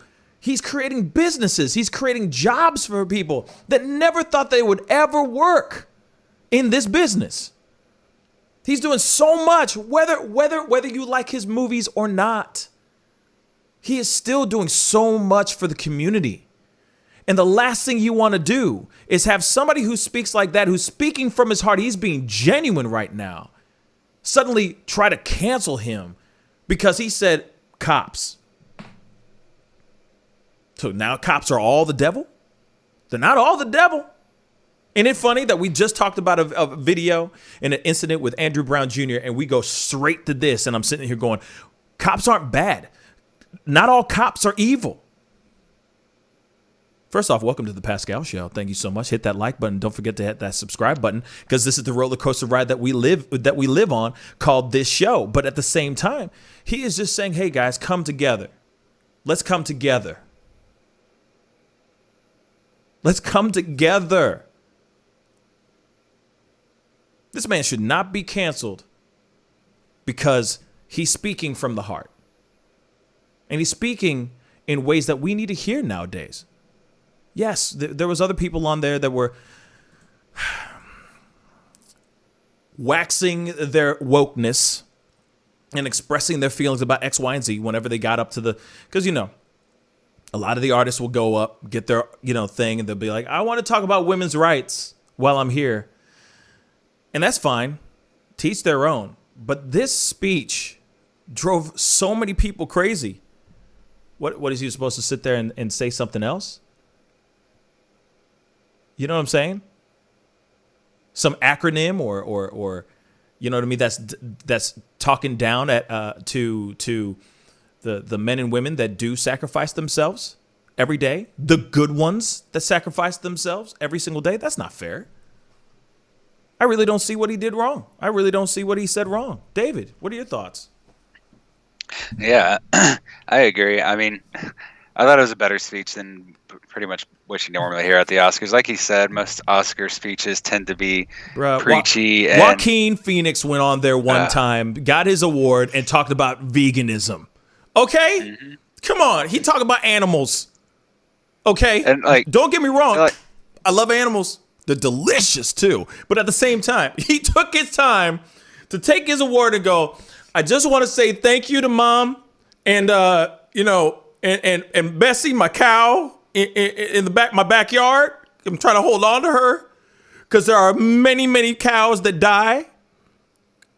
Yes, you guys might think they are delicious, but we must be respectful and eat more plants. Like, I don't care about that, bruh.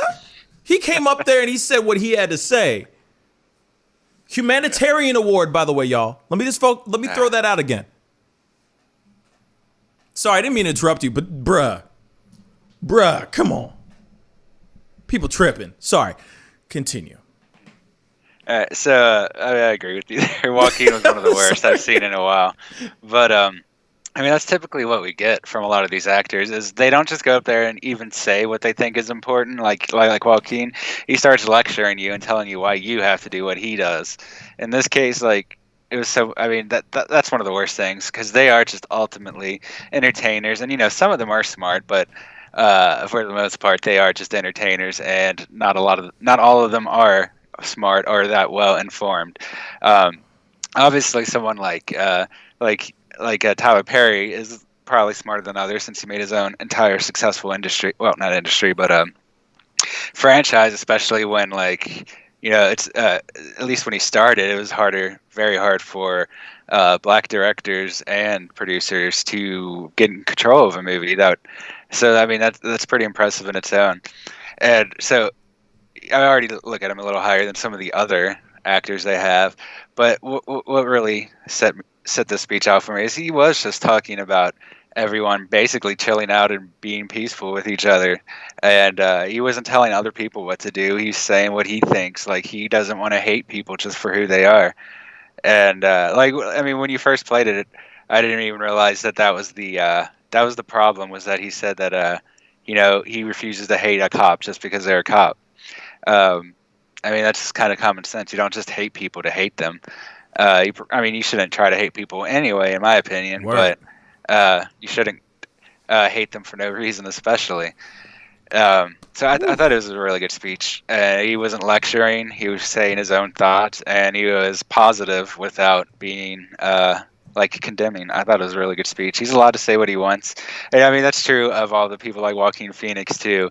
But at least, you know, he seemed to have put some thought into what he's saying, and what he's saying is applicable to everyone. Yes. Not just like the few people that might not want to eat meat anymore, something like that. I mean, it's not always just, you know, veganism, but they always find some idea to champion like it's the most important thing ever, just because it's a passing interest to them.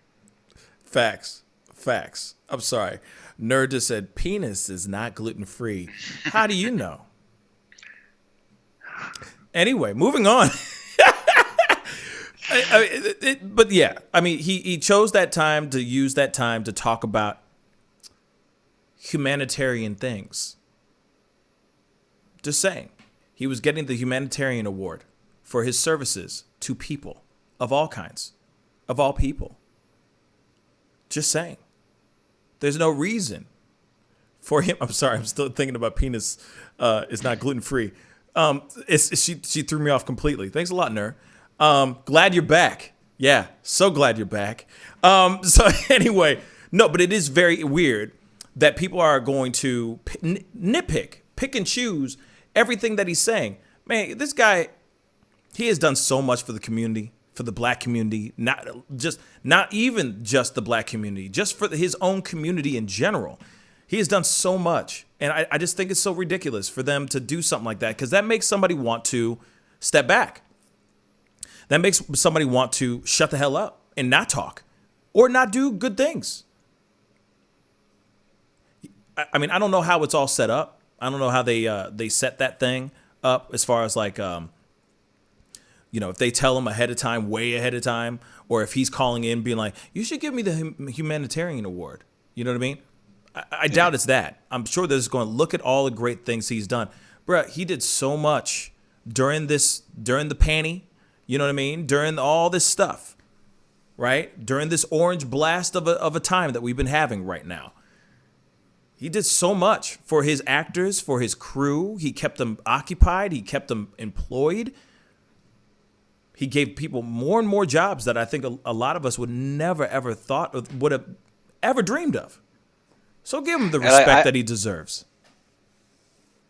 Yeah. I want to compare him to, oh man, I forgot the dude's name. Mission Impossible guy? Tom Cruise.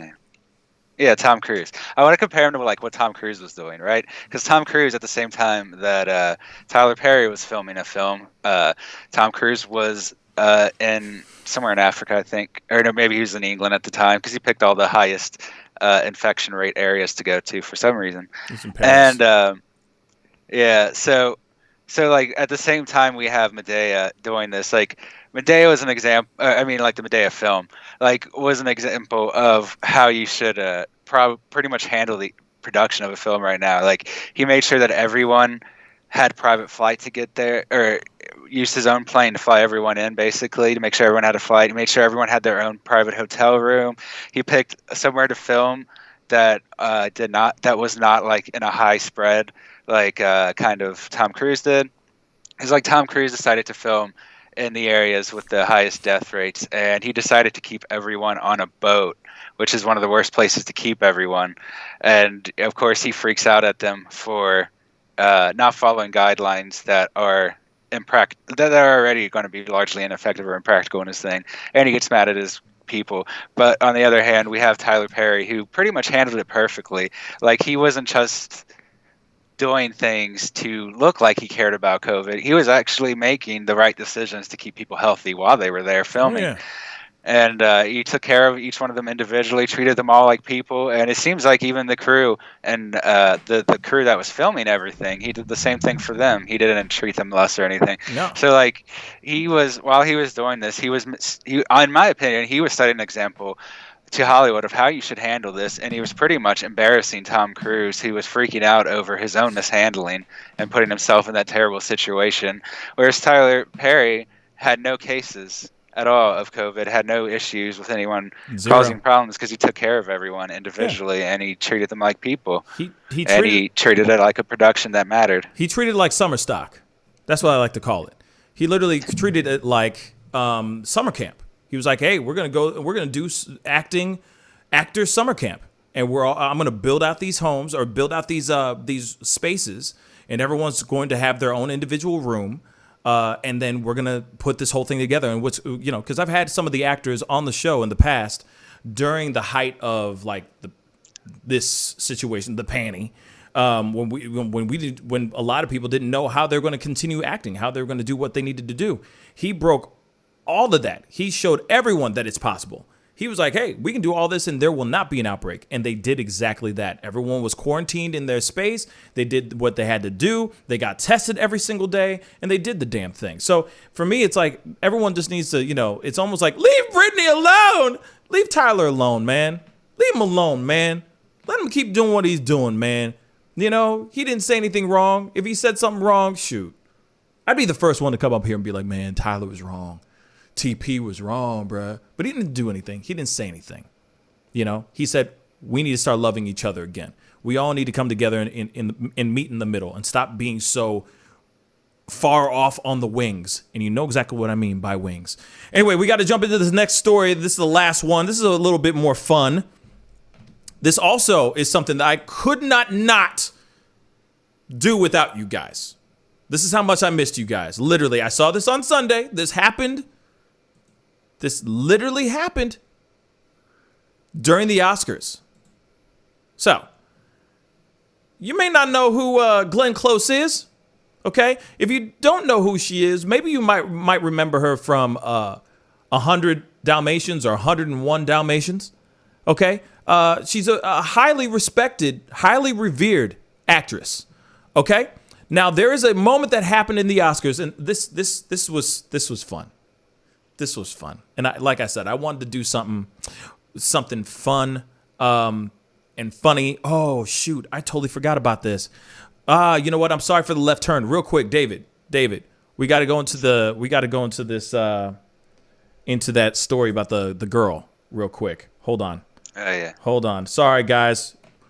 It's the reason why is because I want to leave this story on a high note, or the show on a high note. And that's one thing I'm promising to try to bring to the show from now on, is leaving the show on a high note instead of everybody needing to have some cocktails at the end of the show. So it is time for something I haven't done in a long time, called Things I Find Dope.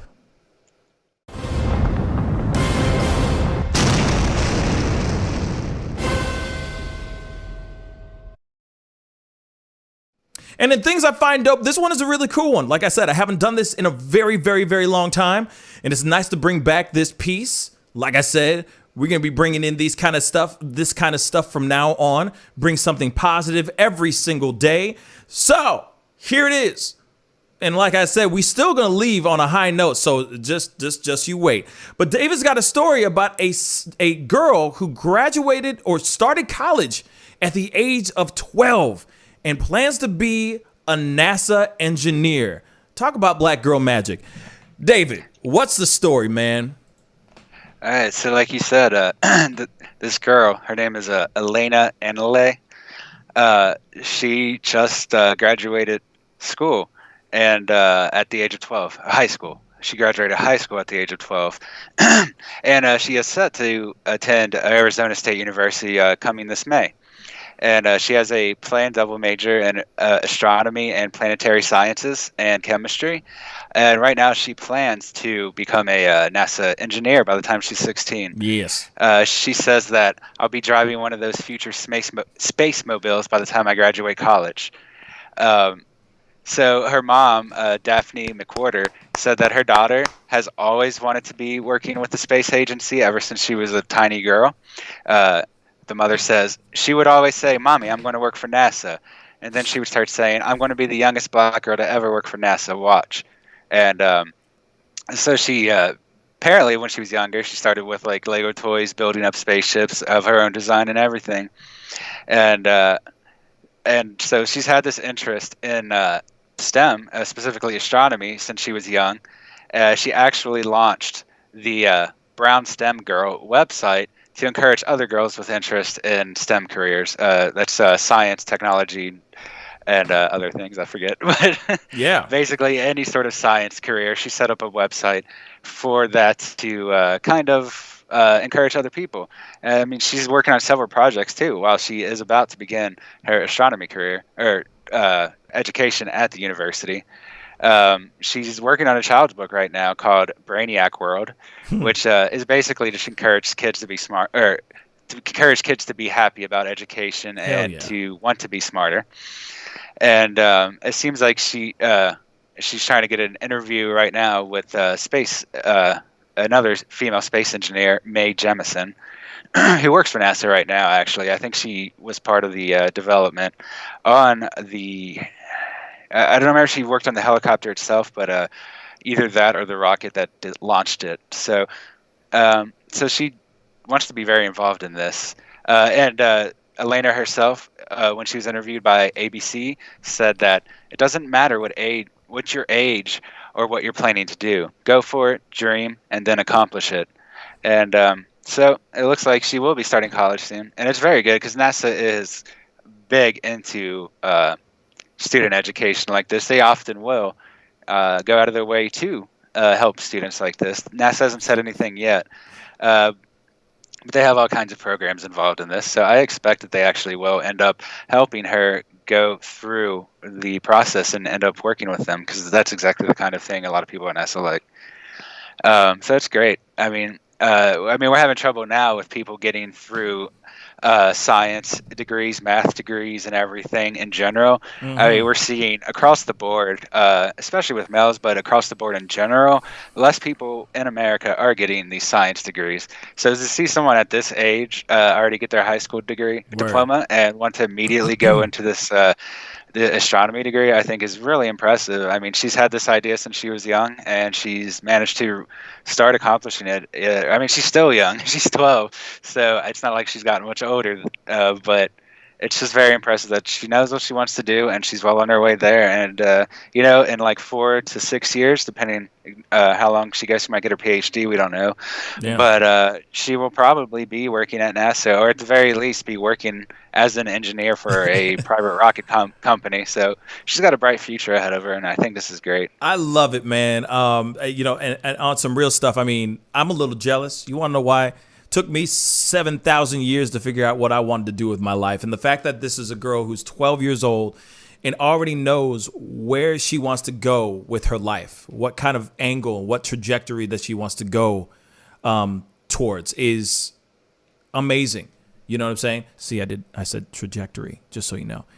Science. But that is such a huge, great story. Like I said, it's not every day that you hear a 12-year-old giving world advice. You know what I'm saying? Or giving the world advice. That's what I was trying to say. So I think that's a really beautiful thing. And I'm excited to see what happens with her as time goes on, obviously. You know what I mean? That's dope. You're 12 years old and you're already in college, and you already know that you want to go to NASA and be dope. I think that's pretty incredible. You know what I'm saying? So thank you for that story, bruh. Thank you.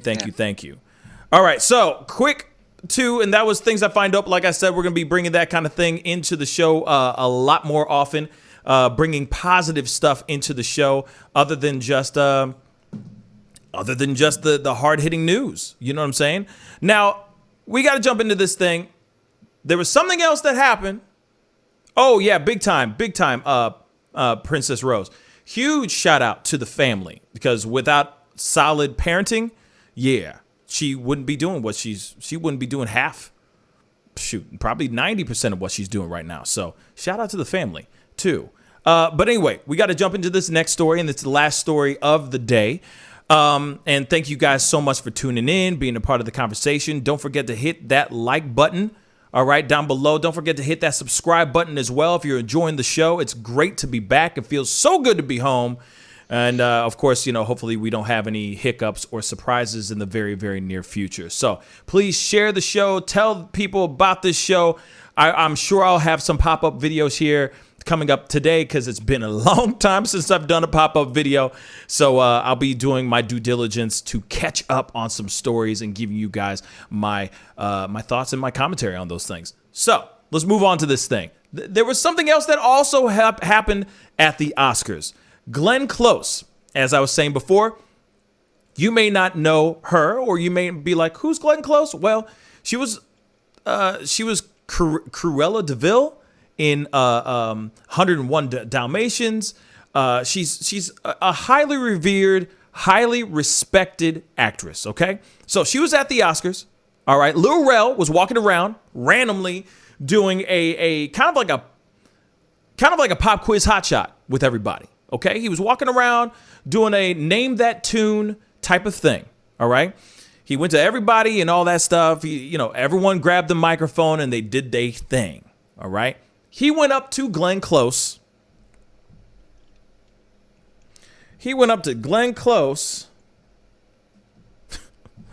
And this ish happened. I'm a child. I think we got something in. I don't know. Questlove, just play it. Let me see. Here we go. I said, come here, big girl, won't you rock my world? Show that dance to me. Okay, stop. That's not fair to Glenn Close. She don't know nothing about So doing wait a second. I know that's da butt. Yeah, it's da butt. I know that. Da butt was, wait a second, it was a classic song by the great Washington, D.C. go-go band EU. Oh. So, yeah, and shout outs to Sugar Bear and the Backyard Band and the whole DMV.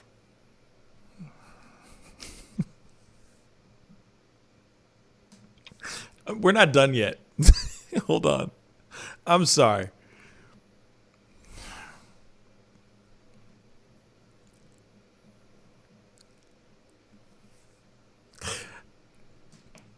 So anyway,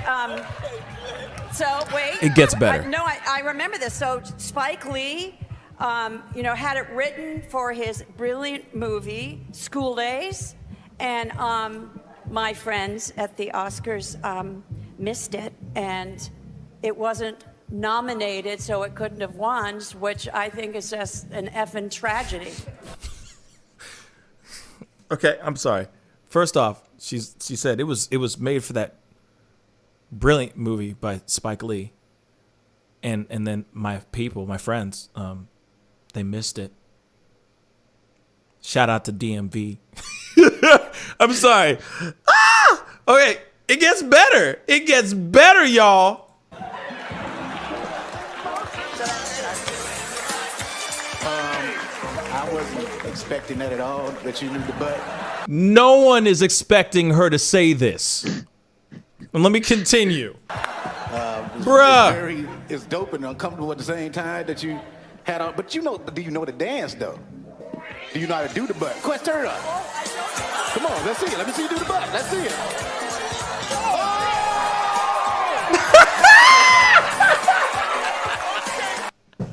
I'm done with life.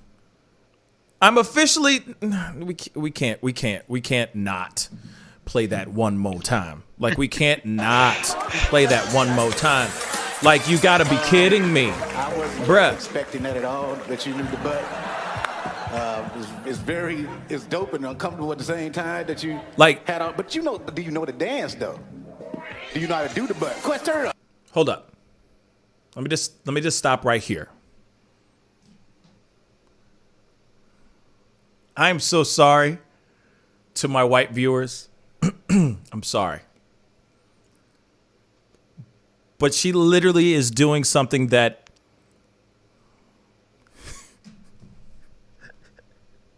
that a lot of black people step to the side and just like her enthusiasm. Like, God love her. You know what I mean? Amen. You know what I'm saying? Bless her heart. Her enthusiasm is pretty much the epitome of like, it's like that whole teach me how to Dougie. And if you're at a club and you're in a bar or something like that, and you're around it's a mixed group of people, you know what I'm saying? And somebody always seems to some white person gets very brave after having a few drinks in them, you know what I'm saying? And comes up to you and like any black person, and they'll be like, "Can you teach me how to Dougie?" I'm sorry, but this is exactly this moment right here. Come on, let's see it. I know the butt. I know this one. This is exactly what I'm talking about right here. Let's see you do the butt. Let's see it.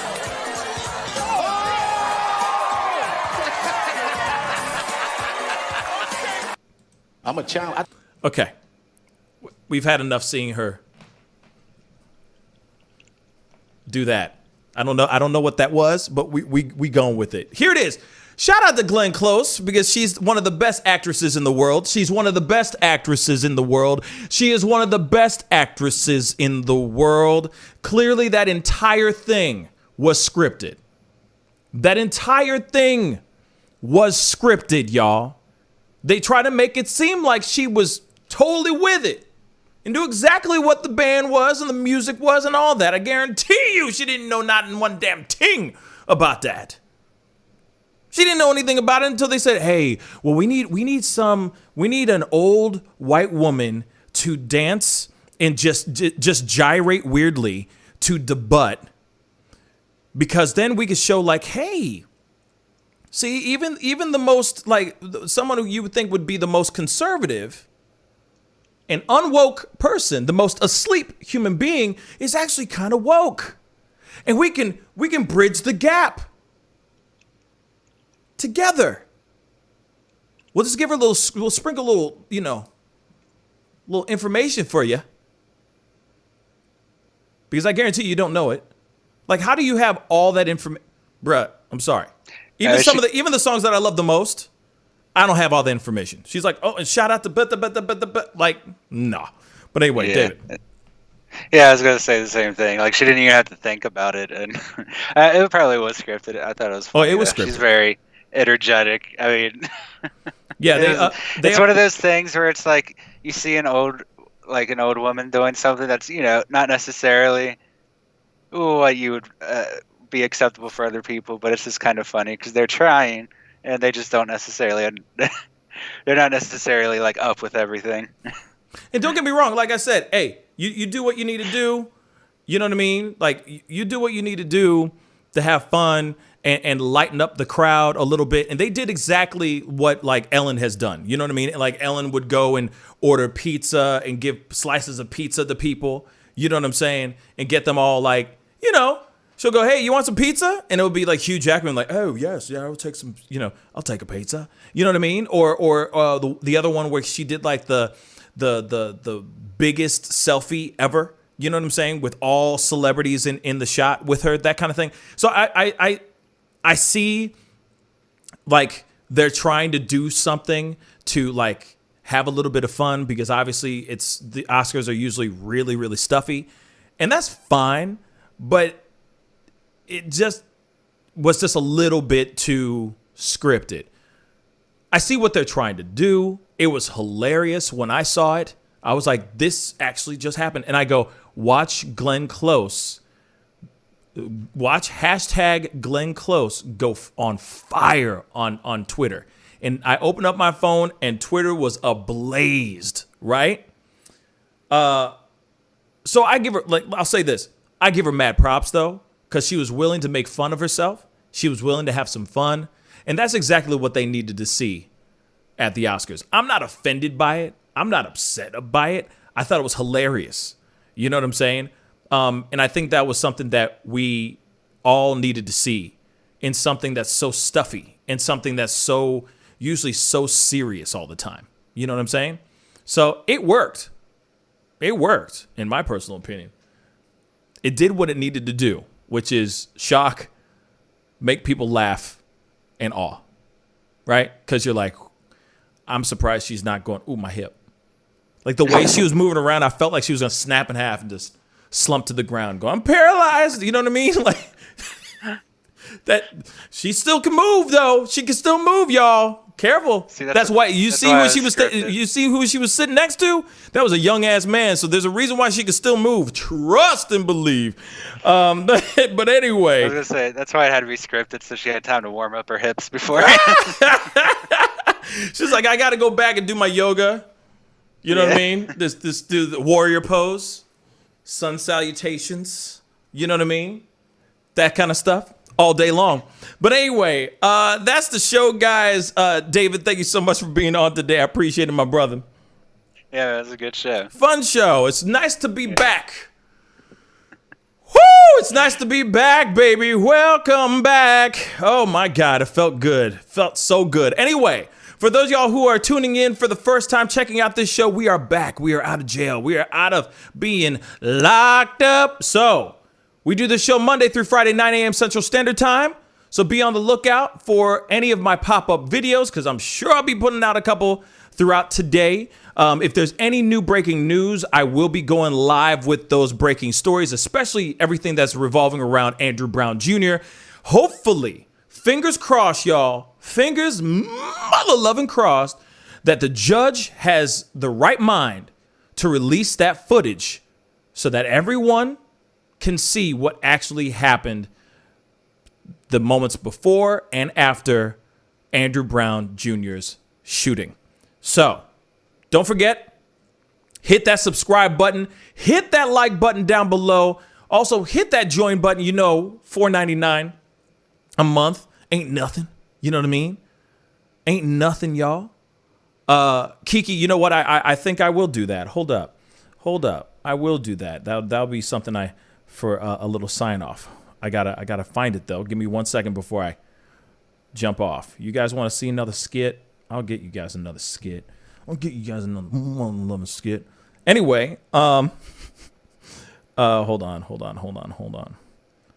There it is. I'll do that one. So, like I said, be sure to hit that like button, hit that subscribe button. We also have Discord. Siri, thank you so much for putting the Discord link up there as well. Don't forget to do that. Go join our Discord so that if anything goes off, I can at least get in touch with every single last one of y'all. Okay, that's where I'm in touch with everybody. I love all you guys, the new and old mods. I appreciate all of y'all. Thank you guys so much for just sticking around and being here and being a part of the chaos, which is called the Pascal Show. Anyway, we're back. I'm happy. It feels good to be back in our old shoes again. You know what I'm saying? You know, we work these shoes in. You feel me, David? We work these shoes in, man. Bruh. And they don't even got holes in them and stuff. This is still brand new. You know what I'm saying? This is still brand new. They still got the brand new, the new shoe smell. You know what I'm saying? Like, they've only been worn a couple times, bruh. Damn. You know, you haven't like reworn those sweaty socks again. You know what I'm talking about, you dirty mother lovers. All y'all dirty. Anyway, I love you guys. You guys are amazing. Oh, also, thank you, Debbie. Please go and hit the subscribe button on my backup channel, which is the Pascal Show Clips. Go hit that. Oh, and also, David, thank you so much for putting that up. Go hit that subscribe button over there so you always know where I'm at if anything goes down. Okay? I love you guys. Enjoy this skit. Stick around. I got a funny little skit for you guys. It's very short. Anyway, be good to yourselves. Be good to one another. Oh, and I will be on tonight at 7 p.m. Central Standard Time for a very short show. So stick around. I'll see you guys tonight, 7 p.m. Central Standard Time. Be good to yourselves. Be good to one another. And I'll see you guys tonight. This is the Pascal Show. Bye. Williams talks about Cult of 45. I once told my neighbor that in the Cult of 45, you either live free or die hard. And then my neighbor replied, well, you're already living free. Why don't you just die hard? F that guy. Yeah. F that guy. In the Cult of 45, we say all lives matter. But we don't really mean it.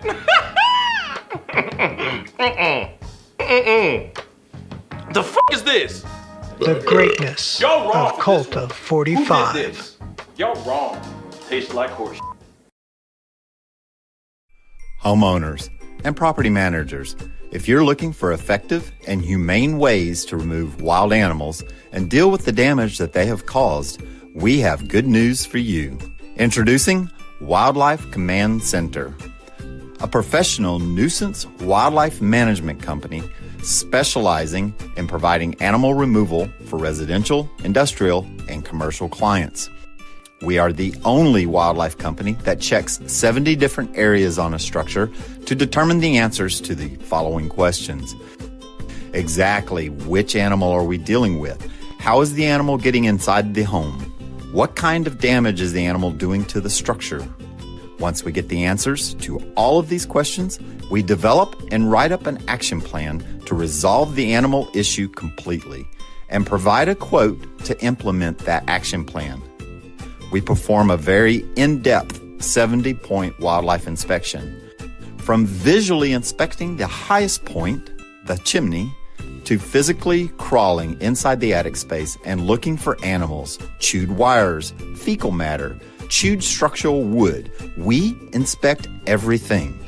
Our inspection process covers all of the following 70 points: animal-proof chimney cap, roof ridge vents, roof to soffit junctions, dormer fascia, attic gable vents, gutter lines, fascia trim, garage door, utility penetrations, water, gas, electric, and cable, bathroom vents, attic roof ridge vents, attic electrical, wiring, junctions, boxes, and lighting, concrete decks, additions, wooden crawl spaces, basement plumbing, penetrations, ceiling, floor, and wall. Wildlife Command Center's mission is to deliver the finest quality wildlife removal and pest control service that is safe for the environment. For more information, call us now.